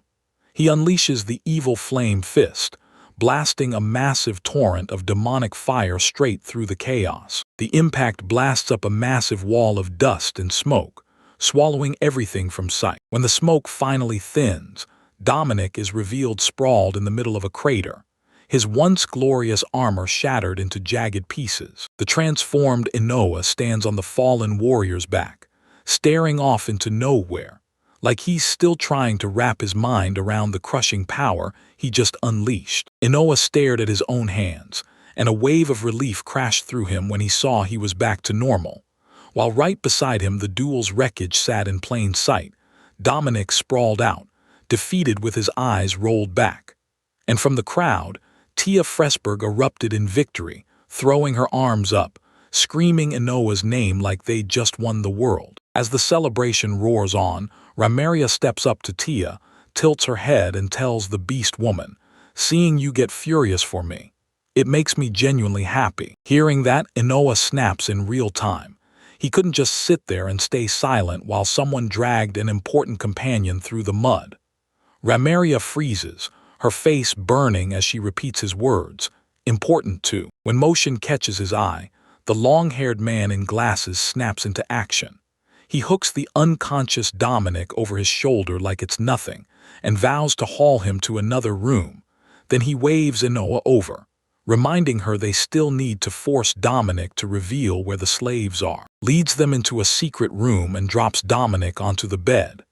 As Inoa and the others stare, the man turns to them and admits straight up that Inoa didn't do badly in that fight. Then he steps in, introduces himself as Rod Macbeth, and flat out says Dominic isn't someone just anyone can beat, before turning to Inoa and reminding him of their deal. Dominic will do anything Rod asks, and this time, Rod has one specific favor he needs Inoa to request. Noah stares at him, utterly confused by the idea, while Rob Macbeth locks eyes with him and a flash of disappointment hits, calling out how small Noah's request was, even after Dominic promised he'd do anything. Rod Macbeth leans back, drops the big truth, and says this: "The Adventurers Guild runs like it's outside the usual rules, its own laws, its own territory." Inoa and the crew hang on every word, and you can hear the kid's voice as he blurts out, "Wait, what does that even mean?" He kept going, saying the guild's only rule was tied to slave ownership, and that Dominic had always known exactly how to exploit this legal loophole to pull off his dirty work. Inoa stared him down, listening so hard you could tell he got the whole picture. So right then, he leaned in and told Inoa he needed his help with something, like right now. Elsewhere in the building, Dominic jerked back with a sharp, involuntary cry. He found himself in the very same room as Inoa's party, and the guildmaster stepped up to greet him like clockwork, saying his resilience was exactly what a rank-dead adventurer should have. The beaten adventurer snapped with curses as the loss finally hit him, and Noah stayed ice-calm, reminding him that this was the moment he'd make good on the promise he swore the day he lost. Dominic didn't waste a second. He barked for the exact location of where Alan had locked the other slaves away, and when he finally looked up, he was shocked, wondering if that was really the only thing Inoa came here to find out. Dominic fired back by dropping their location, an eastern fort, a massive stronghold, sitting a full 9 kilometers away. The guild master flat-out confirmed it. He was fortifying the border checkpoint, no civilians allowed in.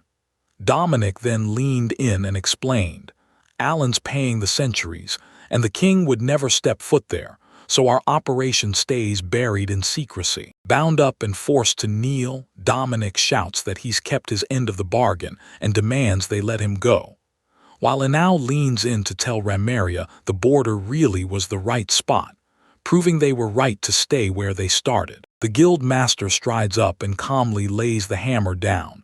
Dominic kidnapped children and sold them into slavery for the Wishdar family. So Dominic glares right back, unrepentant, and spits, "So what difference does it make?" He nods like, "Yep, that's right." Then Dominic barges in with a mannequin. He brags that he only sold the kids, and he insists it doesn't break the rules. Right then, Ramiria pipes up from behind them, calm as a blade, telling Dominic, "You should have checked whose kids you were hauling around." The guild master lifts her point with a subtle smirk and lays out Dominic's real mistake. He didn't just bolt without paying his debt. He kidnapped the daughter of the same people he owed, and now it's crystal clear they're going to be furious. The moment it clicks, Dominic's swagger collapses into full-blown terror. He keeps talking, warning that the people Dominic just ran into will hurt him worse than any slave ever could.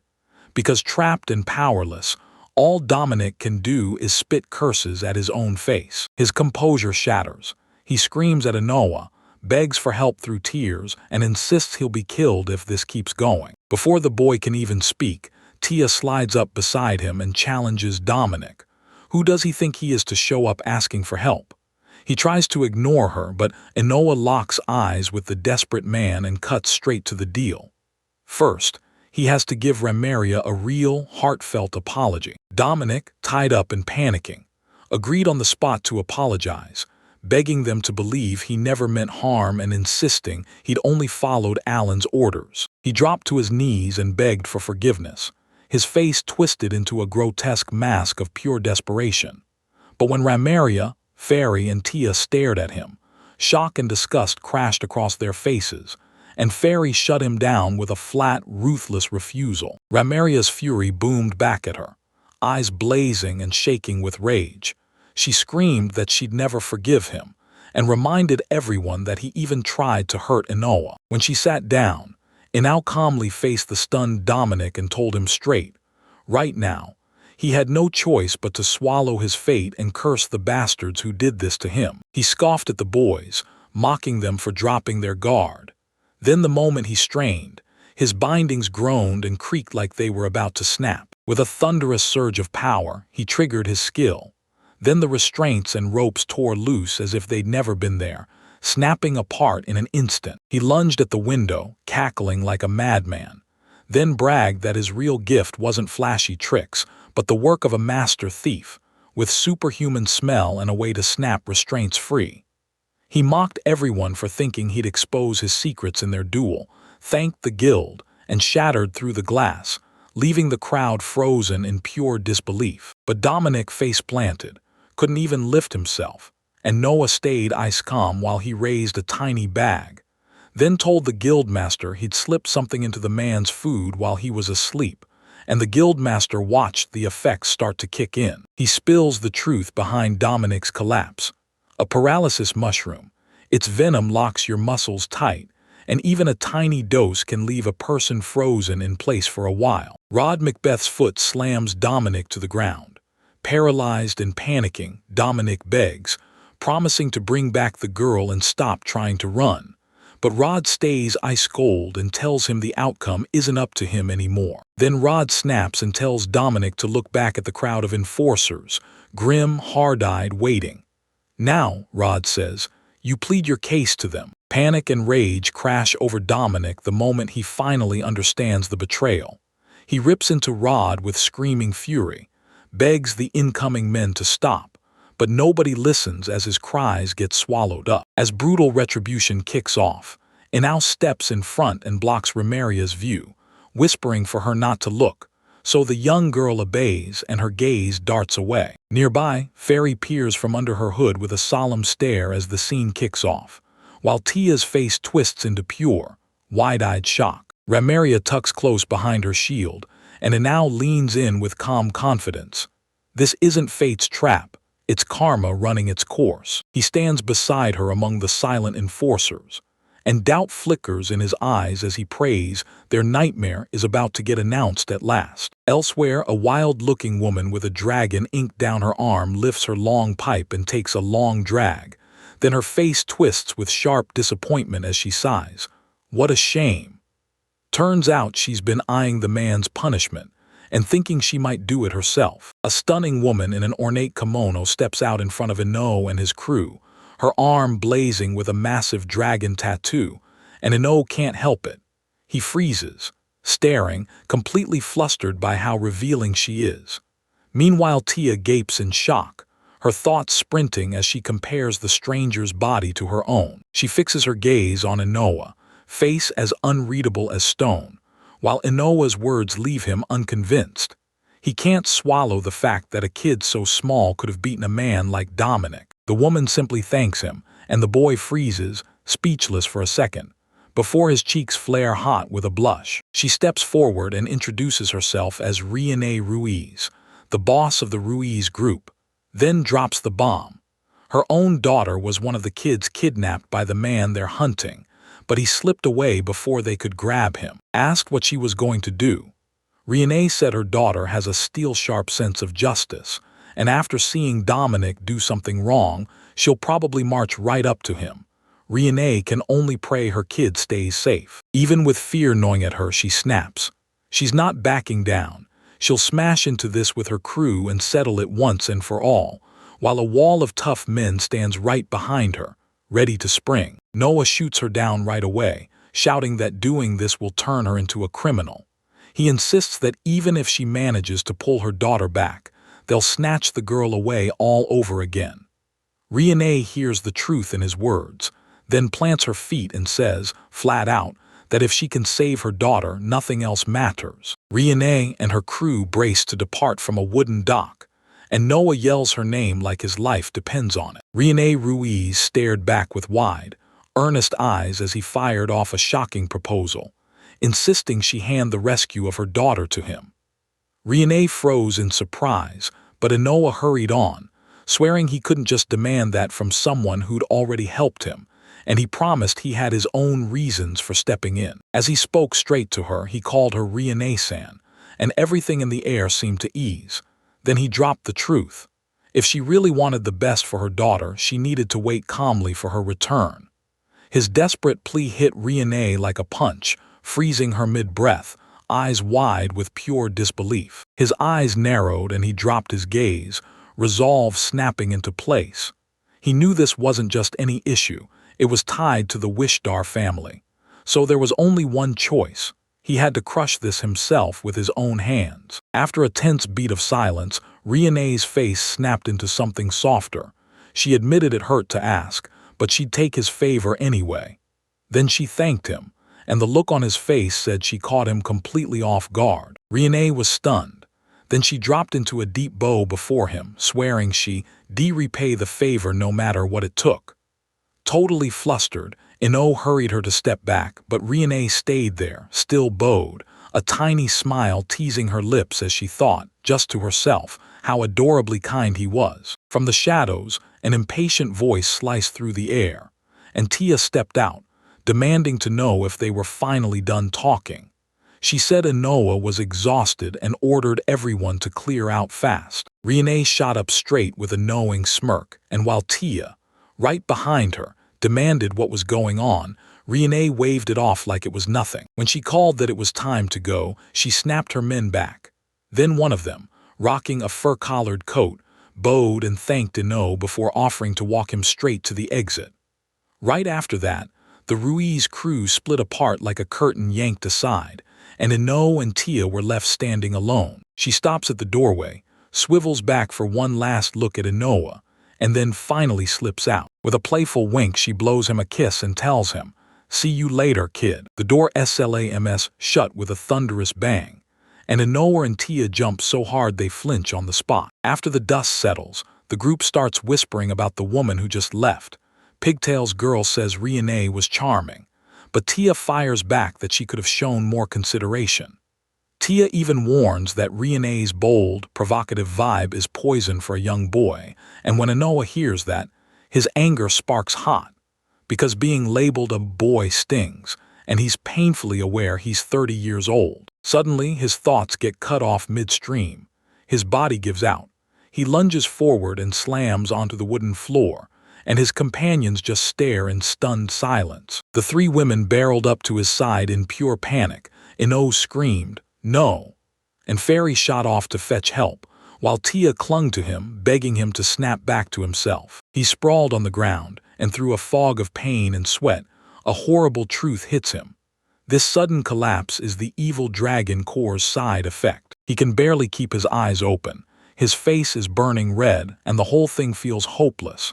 This is seriously bad. He cracks his eyes open to Maria looming over him, one tear sliding down her cheek, while she whispers his name, and pure worry shakes her voice. The second he comes to, she crashes onto his chest, sobbing his name like the purest relief just flooded her whole body. She clutches him tight as tears spill, whispering how terrified she was, how she's just so relieved he finally woke up. He holds her close, soothing her as he apologizes for being the reason she broke down and made her worry so much. Right when the reunion finally kicks off, a brutal thunderous rumble crashes down the hall, rattling the whole building, and instantly everyone's freaking out, wondering if it's about to be an earthquake. The commotion snaps into focus. Wham! A violent burst of splintered wood and flying plaster tears into the bedroom wall, ripping it apart from the outside. Tia and Fairy smashed into the room through the brand new hole, and Tia blurted, stunned out of her mind, asking if Inoa was alive, then admitting she nearly died from the shock too. Fairy stayed cool and said they just took the quickest route, while teasing her for not using the door. Amid the rubble of their shattered grand entrance, Fairy shot Inoa a worried look and asked how he was feeling. Then Inoa smiled and swore he was totally fine now, and you could practically feel the whole room exhale in relief. That promise hits Tia like a flashback, and she spins around, grabbing a huge sack, then proudly declares she brought him a souvenir. Inoa watches, eyes wide, dying to know what's inside. He watches as Tia, with Fairy beside her hovering at her side, proudly slams down this massive mound of forged ingredients. Then she beams and says they grabbed everything so he could finally try it. And the moment he spots those weird fish and bright mushrooms, a gut-chilling deja vu crashes over him. Suspicion tightens around his chest. He remembers that even though the fish are probably safe, most wild plants are poison in disguise, beautiful on the outside but deadly underneath, and his quick mental check seals it. Those ingredients are exactly as suspicious as he feared. He grins and brandishes a knife, telling the let-down girls he can detox their food with his real cut-up skills, while T.O. can only groan at the insane effort they poured into gathering everything. As he lunged for bed to start cooking right away, Ramaria and Fairy bolted to his side, shouting for him to stop, and Ramaria can't help but marvel at the raw power behind his skill. Tia steps in fast, fires off a reminder that he's only just recovered and needs to rest, then drops the bomb. She's going to borrow his true cut skill. He freezes in confusion. Then Ramaria cuts in, chiming that the kitchen is already secured, and every last preparation is done. A jolt of realization hits him the moment his eyes lock onto the gleaming blade in Tia's hand, and he can't stop wondering if this time everything might finally play out differently. Tia, Fairy, and Ramaria face him, eyes locked in, and with a knife raised high in unison they declare, "No one else is cooking tonight, they're taking over." Noah sat there, lost in thought about the meal that was coming, thinking Ramaria and the Fairy could probably whip up something normal. But then his mind latched onto Tia, and the mirror's hint of what she might cook sent a cold shiver straight down his spine. Before Tia, Ramaria, and the Fairy even finished arriving, they shoved in a serving cart. Right into view came a dish so absurdly huge that Inao instantly recognized it as Tia's.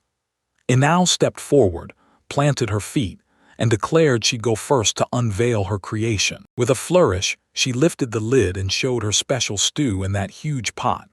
Whole fish floated there with blank, staring eyes, tangled among weird, unidentifiable lumps, and the whole scene felt creepy down to the bone. With horror in her eyes, Inao blurted, "What is this? Did you just dump everything into the pothole?" Tia grinned, proud as could be, and said, "Yep, and you should be proud of it." She argued back, saying the wild herbs were great, but you can't just dump an entire fish into a stew. Then she smirked and reminded him she usually eats them whole anyway, because she's a tiger. Inoa sighed, realizing he had no choice but to take a bite, and Tia practically shoved the spoon into his hand with eager, spoonful after spoonful, held the spoon right in front of him. Then the silence snapped tight. Inoa just stared, eyes empty, sweat sliding down his face in one slow bead. He finally breathed out her name, and Tia's face lit up with pure confusion. She shattered the quiet with one simple question. Had she even seasoned the stew? And that hit Tia like lightning. She realized she'd completely forgotten, since she never usually salts her food. Not when being a tiger makes everything feel like it has teeth and claws. Even so, Inao took a careful bite, and his face lit up with surprise.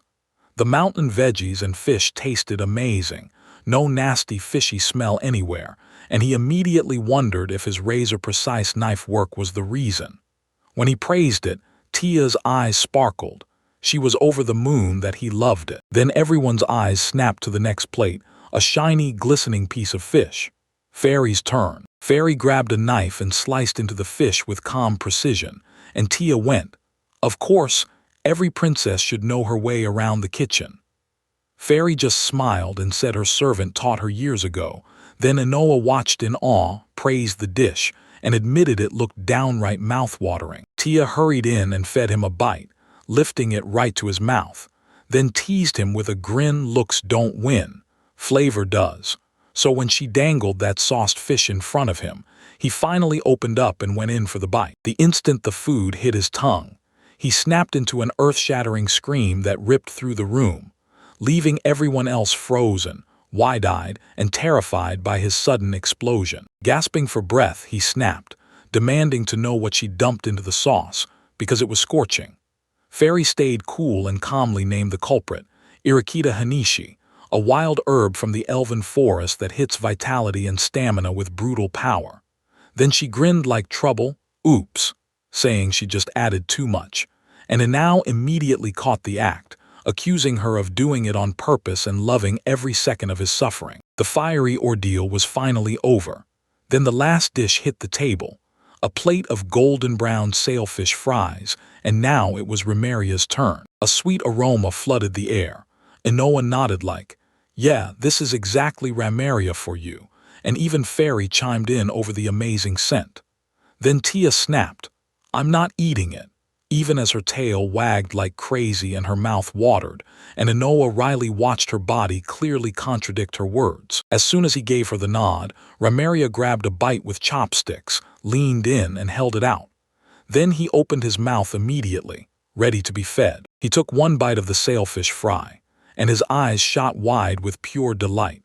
Crunchy and perfectly crisp on the outside, but tender and juicy in every pull. And with each chew the flavor hit harder. Then lemon squeezed on top made it taste even more unreal. Ramarius watched him and broke into a smile, relieved her dish had hit the mark. Right beside her, Tia kept chewing through her portion with pure gusto, while the fairy just stared, hanging on every bite. Later on, he collapsed on his bed, hands clamped around his aching stomach, because he'd stuffed himself way too hard. He finally sat back, and a fairy swooped in to press the one question everyone dreaded: who made the best dish? Ramaria teased her, scolding her for forcing him to clean the whole plate, and Inoa just sighed and said he couldn't stand wasting a single bite, because every meal was cooked with so much love. His words hung there like a blade, and Tia, Ramaria, and Fairy stared at him with bated breath, waiting for his final verdict. He shattered the tension with a warm, real smile, admitted he couldn't rank them at all, and said every single one was delicious, and that they genuinely made him happy. Then he bowed in thanks to everyone, straight from the heart. Relief hit like a wave, joy followed right behind. Ramaria's kindness felt downright charming to her. Fairy let out a little chuckle, and Tia just beamed, telling him he was totally welcome. Right as the cozy moment was finally settling in, bam, someone slammed a hard knock on the door. Inao jolted, spun around, and shouted, "Who's there?" He swings the door open and freezes. Riene Ruiz is standing right there on the threshold. Before he can even react, Tia lashes out behind him, ears pinned back in fury, demanding to know why Riene's here. Riene doesn't flinch. She glances down at Inoa and tells him straight up that she came to talk to him. She strides into the room like she owns it, urging everyone to sit. Then, as Inoa and the others stare, she gives a quick little scramble for her pipe and pulls it out from between her breasts with a cool, "There it is." Still trying to steady his nerves, Ino finally asked what she wanted to talk about, smoke spilling from his mouth. Then she wasted zero time, firing straight at the point. "What's your plan to reach the Eastern Fortress?" Inao gets thrown off by Tia's blunt honesty. Reina even offers to set up a carriage, but Tia cuts in fast, swearing she can haul everyone herself and they don't need one. And even with Tia pushing back, Inao immediately snaps up Reina's offer. She keeps firing questions, pushing them to save every ounce of energy, then clocks him with a tough, "What are you doing when you get there?" and warns that sneaking into a place packed with soldiers won't be easy. Then she drops her real plan. She'll walk in disguised as authorized personnel. He shoots to his feet in a long coat, drops his real identity, and blurts that he's an exiled former member of House Wishtar, leaving Reina reeling for a beat. He lays out his logic. Wishtar has branches everywhere, so if they don't know his face, he can slip in dressed as a noble and fool the soldiers. Riene thinks it over and admits his plan could really work. With their plans finally locked in, he turns to Reina and asks her to watch Ramaria while they're at the fortress. And Ramaria is thrown for a complete loop. He lays it all out, confessing his hesitation, because that fortress is packed with brutal memories of Ramaria, and he refuses to drag her there. Ramaria nods, too, saying she doesn't want to go, but her thoughts trail off mid-sentence. She stares him down with fierce determination and declares it plainly. What would crush her most is not the pain, but watching herself helpless to save him. He whips his head away, still rattled, and blurts out that the fortress soldiers might clock her right away. While Reina, watching it all, steps in and tells the boy not to dismiss the girl's resolve so fast. Riene thinks it through and snaps to the truth. The only thing that matters is stopping Ramaria from getting identified.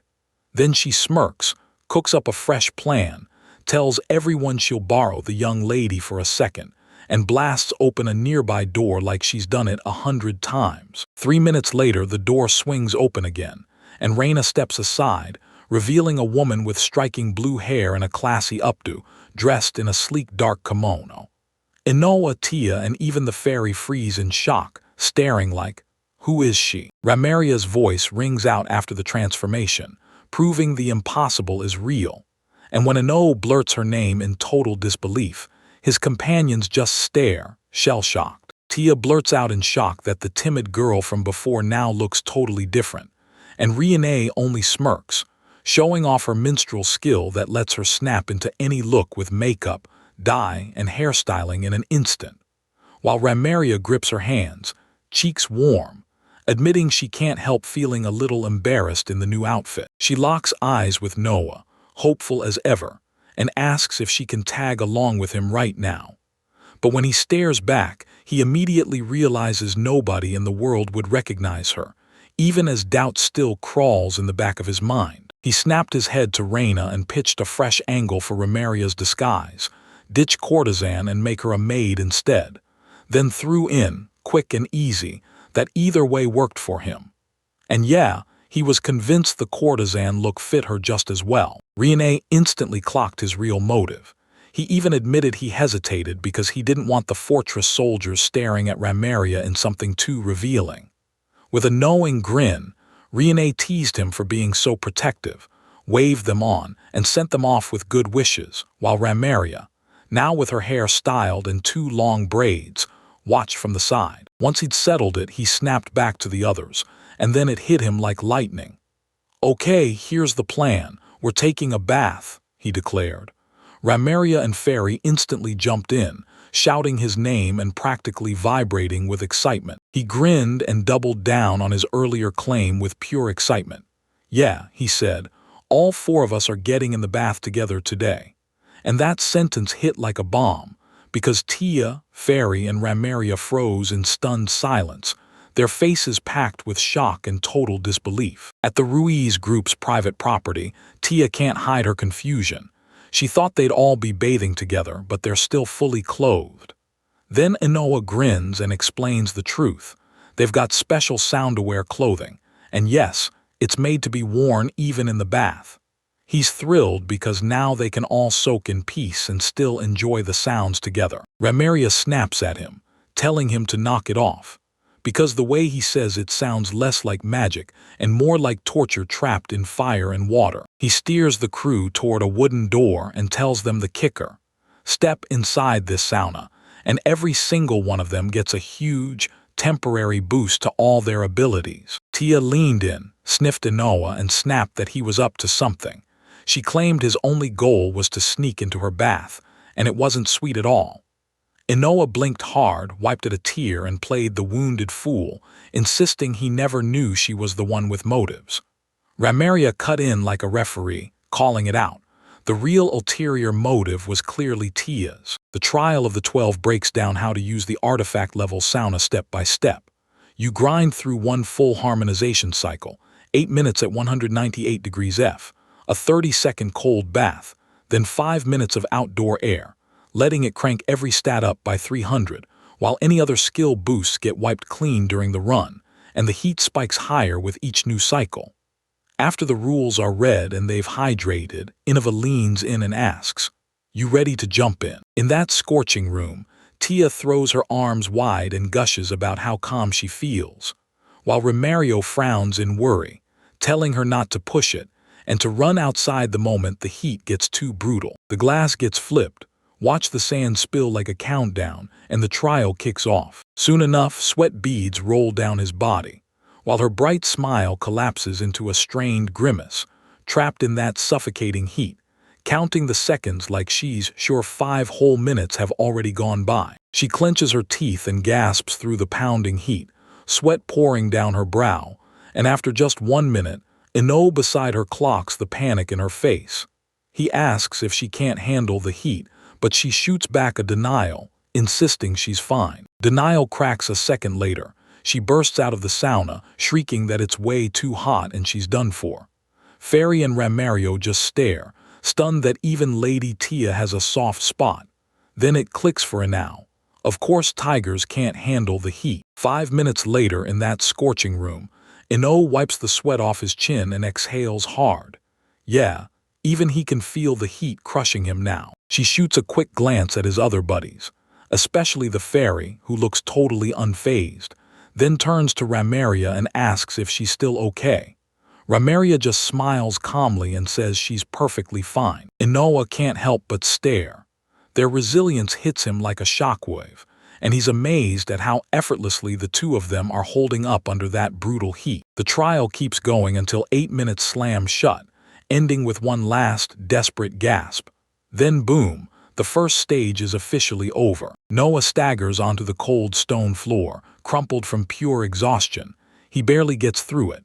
Fairy snaps that the air still feels scorching, and Ramaria looks stunned, like the whole session ended way too fast. They run the process and slip into the icy bath, and Oa exhales a huge sigh of relief as the cold bites and clears his head.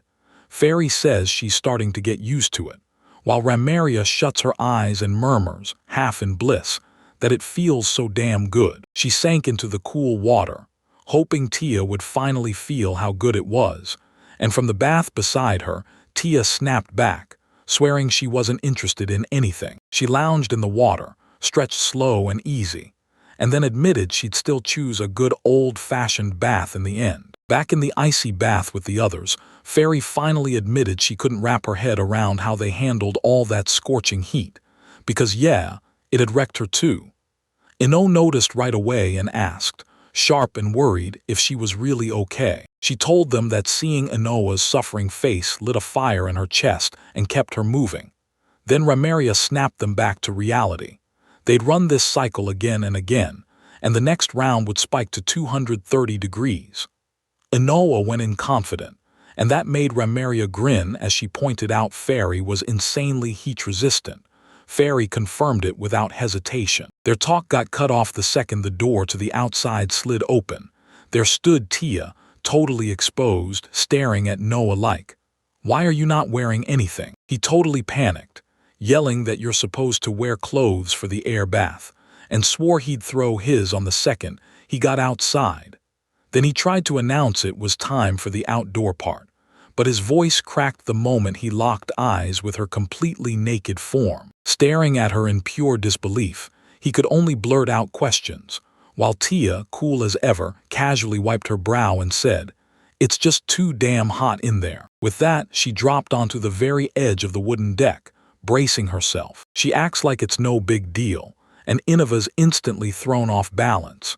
He decides to shut his eyes and slip away, but she twists the moment, telling him to do whatever he wants while flat-out warning she won't be seduced, and that accusation leaves him completely stunned. His confusion messes with his balance and he stumbles, slipping backward on the whetstone like the ground vanished. Ramaria and Fairy gasp and shout his name as he flings through the air, and the second he starts to drop, Dread claws at him.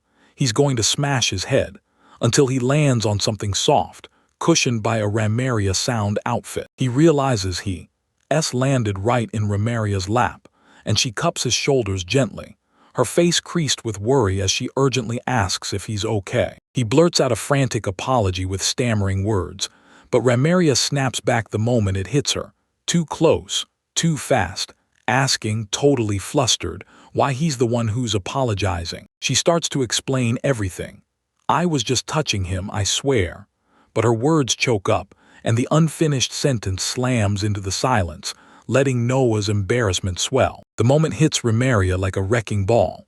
Her face flushes to a deep, dark shade, and her eyes whirl with raw, unfiltered shock. Inao scrambles back from her, drops to the stone floor, and smashes his forehead down like he can't stand it. Then insists he's the one who should be apologizing for making her feel so uncomfortable. Right nearby, Tia watches everything go down, blurts out an apology, and admits the whole mess is on her. Then turns to Fairy and insists she's not weirded out by Inao at all. In fact, she's grateful he's there, even if it's absolutely not for any strange reason. As the night rolled in, the crew dropped onto a long wooden deck outside, and the air finally turned cool again after that savage heat from the sauna. They sprawled on lounge chairs to recover, letting the heat sink in. Tia sighed that her body felt warm and totally at ease. Ino, though, just shook his head. "I feel nothing." Ramaria cut in, saying he'd only been inside for a moment. Then he pivoted to Ramaria and confessed he'd been scared she wouldn't like how it sounded. Turns out his worries were totally wrong. Ramaria practically huzzled, asking why he ever thought that, and Inoa pointed her back to what she'd said before, that this whole experience felt like self-inflicted torture. She hurried to reassure them all, swearing she was totally fine and that Tia and Fairy had nothing to fear. Then, to Inoa's complete shock, she admitted she was actually glad she'd become a slave. She flashed a soft smile and told him the truth. Being enslaved is what dragged her into their lives, and that alone made her heart burst with joy. Then she remembered how they raged at the world and threw themselves into fights to stand up for her. Her voice turned razor serious, and those pleading eyes begged them, "Don't you dare risk your lives for me ever again." He started to argue, admitting she'd caught the truth of Ramaria's feelings, but still flat-out rejecting her demand, while Ino just stared at Ramaria, worry burning in his face as he called out her name. As Fairy just nods in quiet agreement, Tia steps in and answers Ramaria's plea, saying it's only natural to feel that anger, fight back, and even take risks when it's for the people you'd lay your life down for. Ramaria drinks in every word, spots the truth, and still hesitates. Then she starts to push back under her breath, but right before she finishes, Inoa cuts in with a brilliant, calming smile, telling her that if something ever feels too hard, she should ask for help without fear, because no matter what hits them, they'll fix it together, and he says it with total certainty. A heartfelt promise sweeps over Almeria as she stares up at the night sky, then, boom, radiant smile lights her face. She flops back with her hands clutched to her heart and blurts that right now, she's just too happy to be alive. The joy hits so hard Tia goes, "You sure?" And Almeria answers with a loud, emphatic yes. Then she grins and cheerfully tells Inoa they've got to go for round 2. The next morning, Inoa swings open the door to the living room and stops cold at what he sees. Tia and Fairy are curled up on the couch like they've forgotten the world, Tia softly fiddling with Fairy's pointed ear while Fairy happily strokes Tia's striped tail. Inoa's cheeks burn as he blurts that Raina Sam is about to show up, and they've got to drop this and get changed right now. From just a short distance, Ramaria spots them getting close and blurts out, "What are you doing?" Tia grins like she's in heaven and says they're touching, then happily gushes about how soft and fluffy her ears and tail feel when someone strokes them. Then she swings her focus to Fairy, gushes that the elf's ears are insanely long, sharp, and adorable, and Fairy can't help but blush, saying she's way overdoing it with all that praise. That exchange doesn't calm Inoa at all. He's still stuck at the doorway, frozen stiff with wide, shocked eyes. When Tia spots him, she beams and cheerfully tells him to jump in, but he blurts out, stammering through it, that he's fine. Even while he's trying to back off, Inao can't stop staring, right at her wagging tail like it's pulling him in. He sputters a choke of realization when he realizes just how obvious his fascination is, because yeah, it's confirmed. Inao's a full-on cat lover. Her silence hits like a dare, so she spins away and flashes him her backside with a teasing glance over her shoulder, then purrs, "Come on, no need to hold back." He hurtles his words into the air, flustered, insisting it's not the real problem. Then his gaze snaps to Ramaria, where her hands are clenched tight and her eyes shimmer with a blazing want she won't say out loud. Her burning longing sparks an idea. He tells Ramaria to reach out and touch Tia instead. Ramaria freezes, shocked, asking if it's really possible, and with a bit of irritated impatience, Tia nods and tells her to go for it. She instantly got way too comfortable, staring in awe at how unbelievably fluffy that tail was.